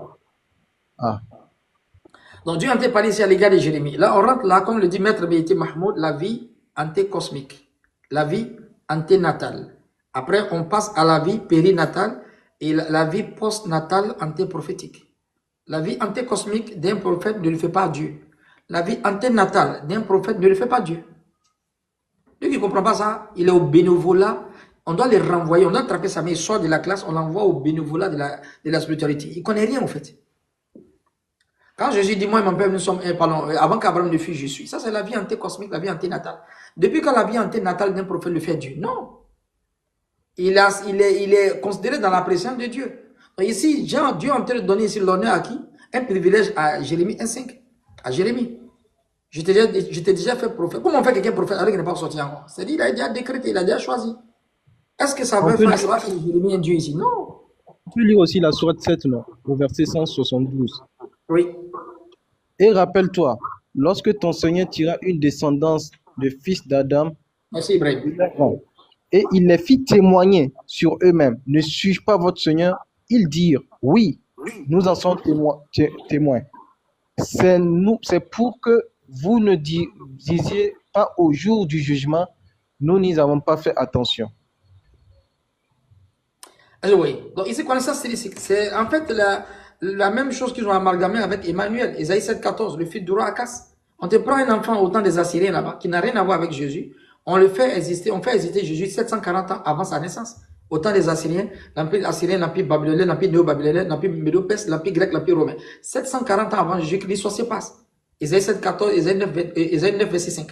Est-ce que ça concerne Jésus? Ils sont rentrés dans l'anachronisme, ils ont transformé la pacotille en or, ils ont mis le poison dans le miel pour venir attribuer ça à Jésus. Problème de connaissance stylistique. Soit ils l'ont fait expressément, soit en fait c'est pour augmenter le virus du christocentrisme. Tout simplement ça. Ça n'a jamais été vrai. Donc, c'est réel que dans la connaissance stylistique, il y a cette vérité-là dans l'évangile, il y a cette vérité-là dans la Torah. Mais comment vous comprenez ça? Si vous comprenez tous les versets qui sont clairs, qui sont en fait en parabole, et bien en métaphore, en donnant l'honneur à Jésus et à Moïse, vous prenez au sens littéral, stricto sensu, ce qui accepte que les diables font partie des Juifs. Ibrahim, tu comprends ce qu'il a dit, non? C'est que les diables font partie des Juifs. Parce que Jésus a dit dans Jean 8,40, vous avez pour père les diables qui étaient maîtrisés. Donc les pères des Juifs, ce sont les diables. Shaitan, il a une descendance juive. Ça, c'est celui qui a mis son cerveau si vibré. Lui qu'ils ont purgé à l'eau de courage, il ne peut pas dire ça. Quelqu'un qui est normal, on a purgé à l'eau de courage, il ne va même pas dire ça.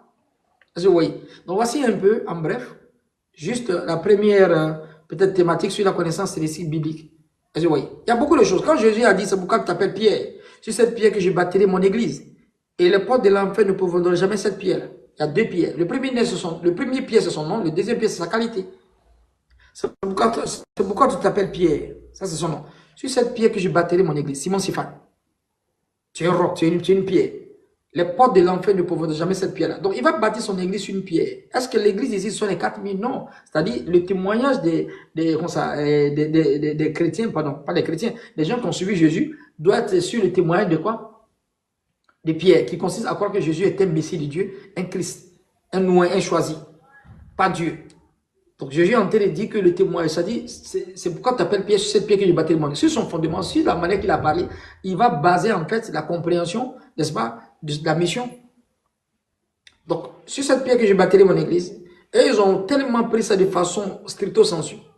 Jésus dit, il va bâtir son église sur une pierre, sur la pierre. Ils sont allés prendre la tombe de Pierre. Ils sont allés construire l'église dessus.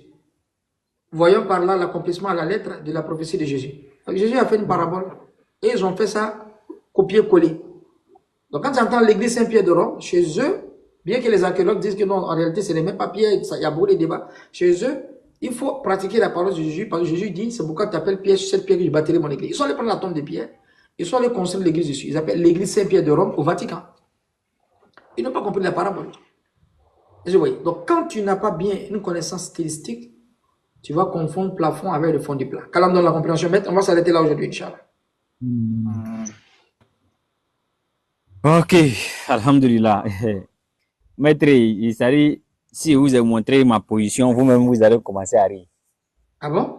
Orange a un problème des réseaux, je sais, tu ne peux pas comprendre. Donc, ici, assis dans un couloir où les moustiques sont en train de zouker dans mes reins à l'air la même.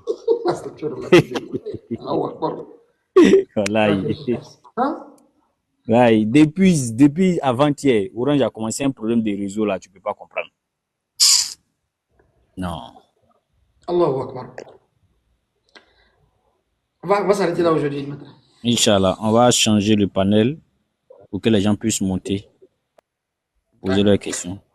Vraiment, merci à Ibrahim, merci à Kubilan. Hein? Merci. Voilà, vraiment, vous êtes restés vraiment très sages jusqu'à ce que le truc finisse. On va faire monter. De grâce, il y a beaucoup de personnes en bas qui veulent monter. Mais si vous montez, de grâce, posez les questions, ce que vous n'avez pas compris sur le thème de Oustaz. Inch'Allah. On ne va pas beaucoup se répéter, mais sachez que celui qui monte, qui commence à diverger, rentre ici, sortir là-bas, que si les musulmans ou bien les chrétiens, nous le fait descendre tranquillement. Après, il va se fâcher, hein, c'est lui-même qui a commencé.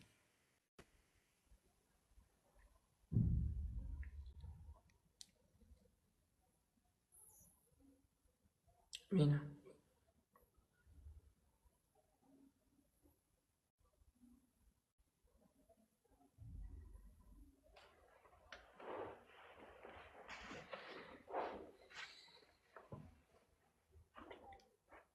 Voilà, les frères, vous posez votre question, Inch'Allah. Entre-temps, on va laisser au moins à que Bilan dit au moins un mot. Depuis, il est là. À que Bilan. Bismillah. Assalamu alaikum wa rahmatullah. Alhamdulillah, franchement, barakallah fik ya oustaz. Franchement, le thème, il était très intéressant parce que c'est exactement le problème qu'on n'arrête pas comment dire, d'exposer à nos voisins d'à côté que il y a un langage stylistique à respecter et les figures de style, en fait, c'est ce qui fait la compréhension de la langue et eux, ils s'arrêtent sur la forme. Et à chaque fois, c'est vraiment le fond. Et quand on fait une comparaison avec l'Ancien Testament, on voit vraiment, en fait, et clairement que les mots veulent pas dire ce qu'ils disent. C'est clair. Nous, avec le Coran, c'est beaucoup plus simple et beaucoup plus facile, mais chez eux, c'est un peu plus compliqué parce que tout a été retraduit. Tout a été retraduit, retranslitéré, retranscrit. Bon, enfin bref, c'est très compliqué, c'est très complexe et eux, ils s'y arrêtent. En fait, c'est quand ça les arrange. Quand ça les arrange, ils veulent aller. Quand ça les arrange pas, là, ils vont dans les textes anciens et ils font cette comparaison. Quand ça les arrange pas, ils restent sur les termes et là, on peut rien faire avec eux parce qu'ils se disent ah regarde, c'est clair, c'est écrit. On dit oui, mais là, ça veut pas dire ça. Parce que quand tu compares là-bas, et là, ça veut pas dire. Sinon, comme vous avez dit, hein, avec le verset, quand il a dit ils font un, bah, s'ils font un aussi avec les disciples, ils font un aussi avec tous. Donc là, c'est pas possible. Donc, barakallah fik, il était vraiment, vraiment très, très édifiant le cours, Inch'Allah, sur le langage stylistique. Et je sais pas si vous avez un verset, moi, je l'ai plus en tête, je l'ai cherché, mais j'arrivais pas à le trouver. Est-ce que il n'y a pas un des prophètes aussi qui avait été vu et qu'ils avaient dit, je sais pas, c'est Élie ou Élisée, ils avaient dit on a vu l'homme de Dieu et après la fille est partie, elle a dit Dieu nous a visités. J'ai plus trop le verset en tête, mais je me rappelle un peu de. Dieu a visité son peuple, là, c'est ça? Oui.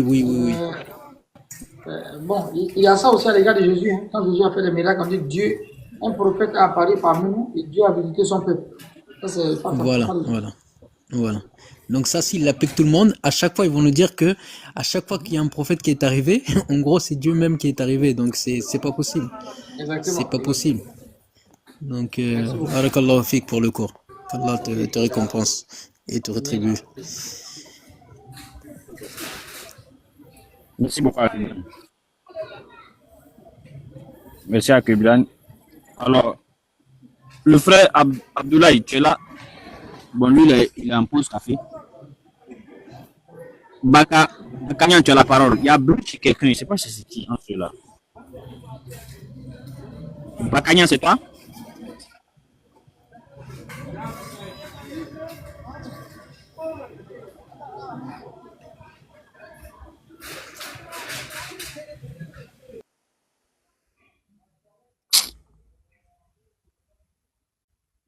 Le frère Abdoulaye, est-ce que tu es là?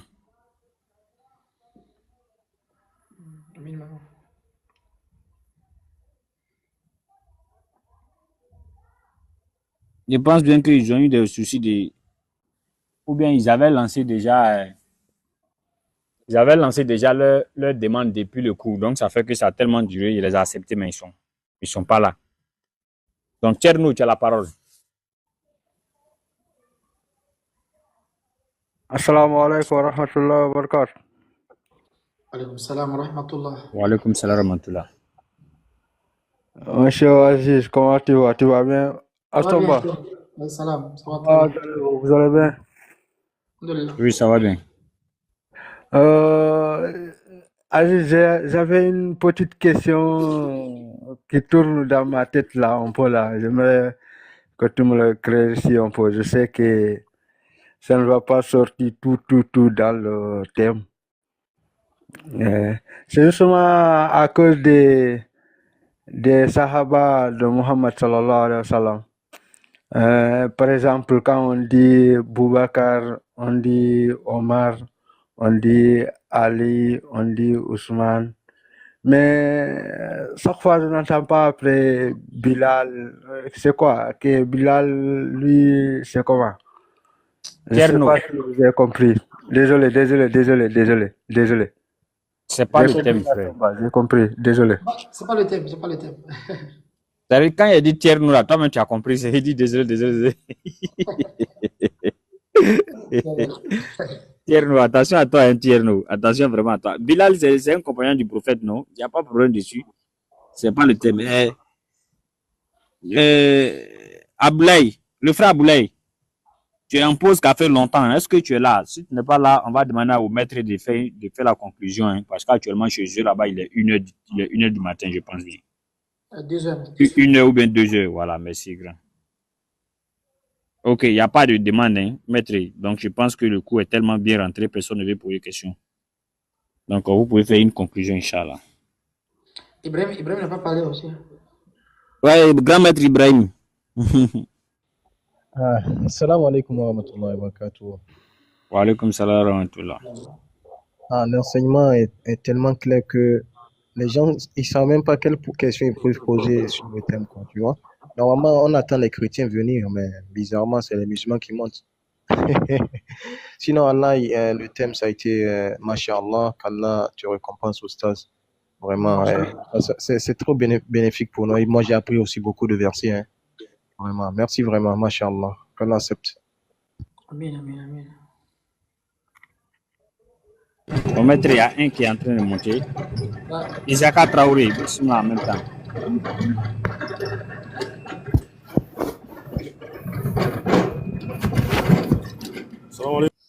Eh, musulmans, de grâce, quand vous savez que vous êtes dans du bruit là, pas la peine de monter.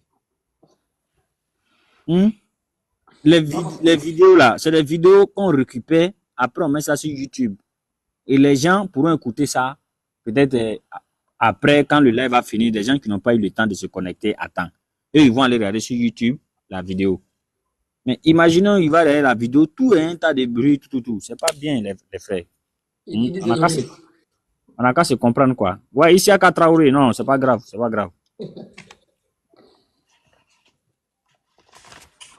grave, frère, c'est pas grave. C'est pas vraiment grave.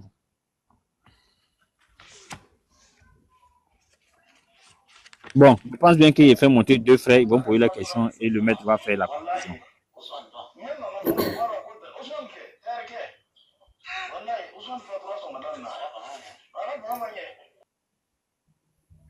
Traoré Moussa, tu as la parole. Salam alaikum, Stage. Wa alaikum salam. Bon, moi, j'avais une question là. Bon. Ça n'a rien à voir un peu avec le sujet, quoi. C'est une question qui m'intrigue, en fait. Parce que ça vient d'un imam de mon quartier. Ça vient d'un imam de... Ouais. Il faut être dans les sujets. Traoré, vraiment, c'est dans le sujet. Si c'est pas dans le sujet, vraiment, ça sera compliqué. Il faut être dans le sujet, Inch'Allah. D'accord, donc. En tout cas, c'est une question qui m'intrigue depuis fort longtemps, mais ce n'est pas dans le sujet, quoi. Depuis fort longtemps, je voulais poser la question de l'Islam. Mais je ne sais pas. Non, tu sais. Laissez-moi poser ma question, s'il vous plaît. En inbox, c'est bon, non? Maître, tu dis quoi? En inbox, c'est bon. Il faut le dire en inbox. Il faut respecter les thèmes. Qu'il pose en inbox, quoi. Oui, non. Il faut poser la question en inbox. Le maître est ouvert pour les inbox. D'accord, il n'y a pas de souci. Je vais poser. Voilà. Quand ce n'est pas dans le thème, vraiment, pas de souci. C'est compliqué. Merci, mon frère, pour la compréhension. D'accord. Ok. Maître, vous allez conclure, hein, bismillah.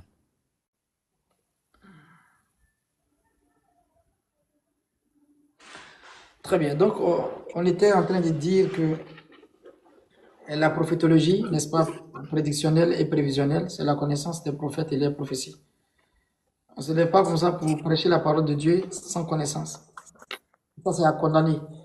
Et comme je disais, la vie sociétale n'accepte pas ça. Ce n'est pas à un plombier d'aller dans un bloc opératoire pour aller opérer les gens. Hein? N'est-ce pas? Chaque endroit, il y a la chose qu'on fait. Celui qui a un problème avec un problème de dentition, il ne va pas aller chez le mécanicien. Aujourd'hui, on a tout respecté, mais pour la parole de Dieu, quand il se lève comme ça, il dit n'importe quoi, avec en fait ses philosophies. Et souvent, tu entends des paroles dans les débats, tu te demandes est-ce que lui là, parce qu'il pense qu'il est tellement intelligent, donc il mélange les choses. Et vous voyez, la religion, c'est pas comme ça. La religion, c'est basé sur la vérité et sur la connaissance.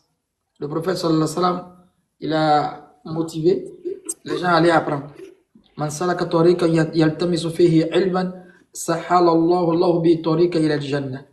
Celui qui emprunte un chemin pour apprendre, Allah lui facilite une voie pour entrer au paradis. Par exemple, laquelle on a fait aujourd'hui la connaissance stylistique. Les prophètes aussi parlaient avec un style qui était inspiré par, ils étaient inspirés par le Créateur lui-même. Soit ils ont des informations qu'ils donnent numériquement. Et on a vu dans la connaissance stylistique ce qu'on appelle la métaphore intellectuelle. N'est-ce pas? La métaphore intellectuelle, c'est ce qu'on a étudié aujourd'hui dans la connaissance stylistique. Quand Pharaon il dit à Haman, construis-moi une tour. De façon pragmatique, ce n'est pas Haman qui va construire. Lui, c'est un ingénieur en bâtiment. Ce sont les ouvriers. Il ne va même pas toucher un peu le ciment. Mais l'ordre est donné à qui? À Haman. Donc ça, c'est la métaphore intellectuelle. Quand là, il dit, craignez le jour qui va faire des enfants comme des vieillards. Et ça va dire, mais ce n'est pas le jour qui fait les enfants comme des vieillards, c'est le créateur du jour. Mais pourquoi Dieu a donné la force, l'atrocité là à ce jour, alors que celui qui a créé le jour, et même les faits, ça c'est la métaphore intellectuelle. En réalité, le jour ne fait rien. C'est le créateur du jour qui va faire les enfants comme des vieillards, ce n'est pas le jour. Mais Dieu dit, craignez le jour qui va faire les enfants comme des vieillards. Ce n'est pas le jour en réalité, c'est le créateur du jour et de l'enfant. C'est comme ça la métaphore intellectuelle. Attribuer, donner en fait la force à la chose, alors que c'est Dieu même qui est en fait qui est le causeur. Donc je te fais Dieu pour Pharaon, Aaron sera ton prophète. C'est le créateur qui dit, il fait Moïse Dieu. Et je vois. Donc ça c'est encore beau à voir. Donc il y a des anges qui sont appelés Dieu, qui sont appelés éternels, mais ils n'ont jamais été le Dieu créateur. Donc si un chrétien se trompe, les versets qui parlent d'éternel, il va amalgamer avec Jésus, bien avec Moïse, on doit les renvoyer même du bénévolat de quoi? De la théologie. Il est interdit mais de faire des débats. On donne un carton rouge. Mais les gens se lèvent au TikTok, ils disent n'importe quoi parce qu'ils ont des panels. C'est pas comme ça. La religion est sacrée. Et tout ce qu'on dit, qu'on n'a pas appris, on sera interrogé au jour dernier. Inna sam'a wal basra wal fu'ada kullu kana ulaika anhu mas'ula. L'oreille que vous avez, la vue et puis le cœur, vous serez interrogé. Et les gens, ça leur dit rien. Ils passent en connaissance. Alors que la vie sociétale n'accepte pas que tu dises une chose, c'est que tu n'apprennes. Il n'y a pas une société qui va te choisir dans un endroit et puis tu n'as pas en fait au préalable cette formation. Il faut te former d'abord. L'information, la formation et l'éducation. Les gens ne sont même pas informés. Ils sont désinformés, ils veulent former les gens. Les Arabes disent la chose que tu n'as pas, tu ne peux pas donner à quelqu'un. Tu n'as pas quelque chose, comment tu as donné à quelqu'un? Quelqu'un qui est ignorant. Donc, tu vas enseigner quoi aux gens? Non.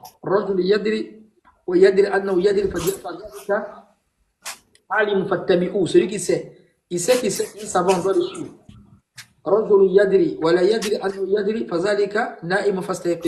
qui sait, il ne sait pas qu'il sait, lui, on doit le réveiller. Celui qui ne sait pas. Il ne sait pas qu'il ne sait pas, lui, c'est ignorant, on doit le fuir. Et il a oublié qu'il a oublié qu'il a oublié. Si se rappelle, il va tomber dans le second oubli. Ne sois pas comme les personnes qui ont dit on a entendu alors qu'ils n'ont pas entendu. Ne sois pas comme les personnes qui ont oublié Allah à cause de leurs péchés. Allez les affaires oublier les propres personnes. Voici les pervers. Calendrier de la compréhension. Donc connaissance c'est la première partie. Les gens sont appelés Dieu, ils sont appelés éternels, mais ils ne sont pas le Dieu créateur. Ça c'est coranique. Bibliquement, coraniquement, historiquement et extra-coraniquement aussi. Calendrier de la compréhension maintenant. Amina ya Rabbi, Oussaz, Amina ya Rabbi. Donc vraiment, ça dépend de vous. Hein. Si vous voulez Vous allez nous laisser entre nous ici, Inch'Allah. Moi, je suis en train de rentrer maintenant. Ok. Donc, tu es avec les Donc, données Oustaz de quoi? Akebula, monsieur. Ouais, c'est avec ça.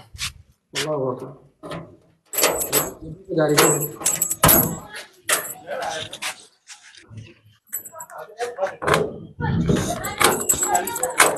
Donc, on se pardonne, Inch'Allah. C'est avec. Inch'Allah, Inch'Allah, maître, Inch'Allah. On se pardonne. Salam alaikum à Tierno, à tout le monde. Salam alaikum. Wa alaykum Wa salam. alaykum salam wa rahmatullahi wa barakatuh. Wa alaykum salam.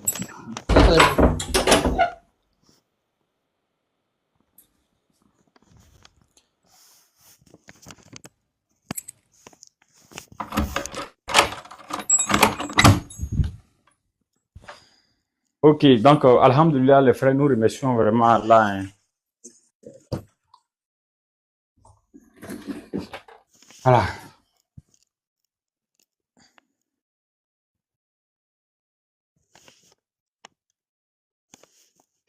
Merci. Jarama Cherno. Amin, amin. Amin, amin, amin.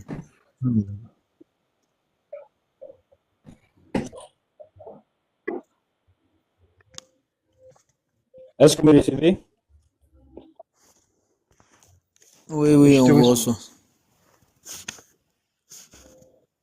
On vous reçoit. Ok.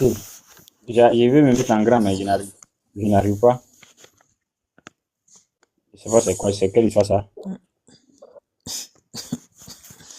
Aujourd'hui, tu as un peu du mal avec les... Ouais, avec les trucs d'invité là. Et l'ancien lève après pour pouvoir régler ce truc là. J'ai un problème avec ça. Donc, je tiens à passer l'information aux frères pour leur dire que la baffe qu'on avait voulu acheter jusqu'à présent, l'argent n'est pas encore arrivé. Donc, en faisant juste un peu d'effort jusqu'à, on va dire, la semaine prochaine, pour qu'on puisse avoir ça. Inch'Allah.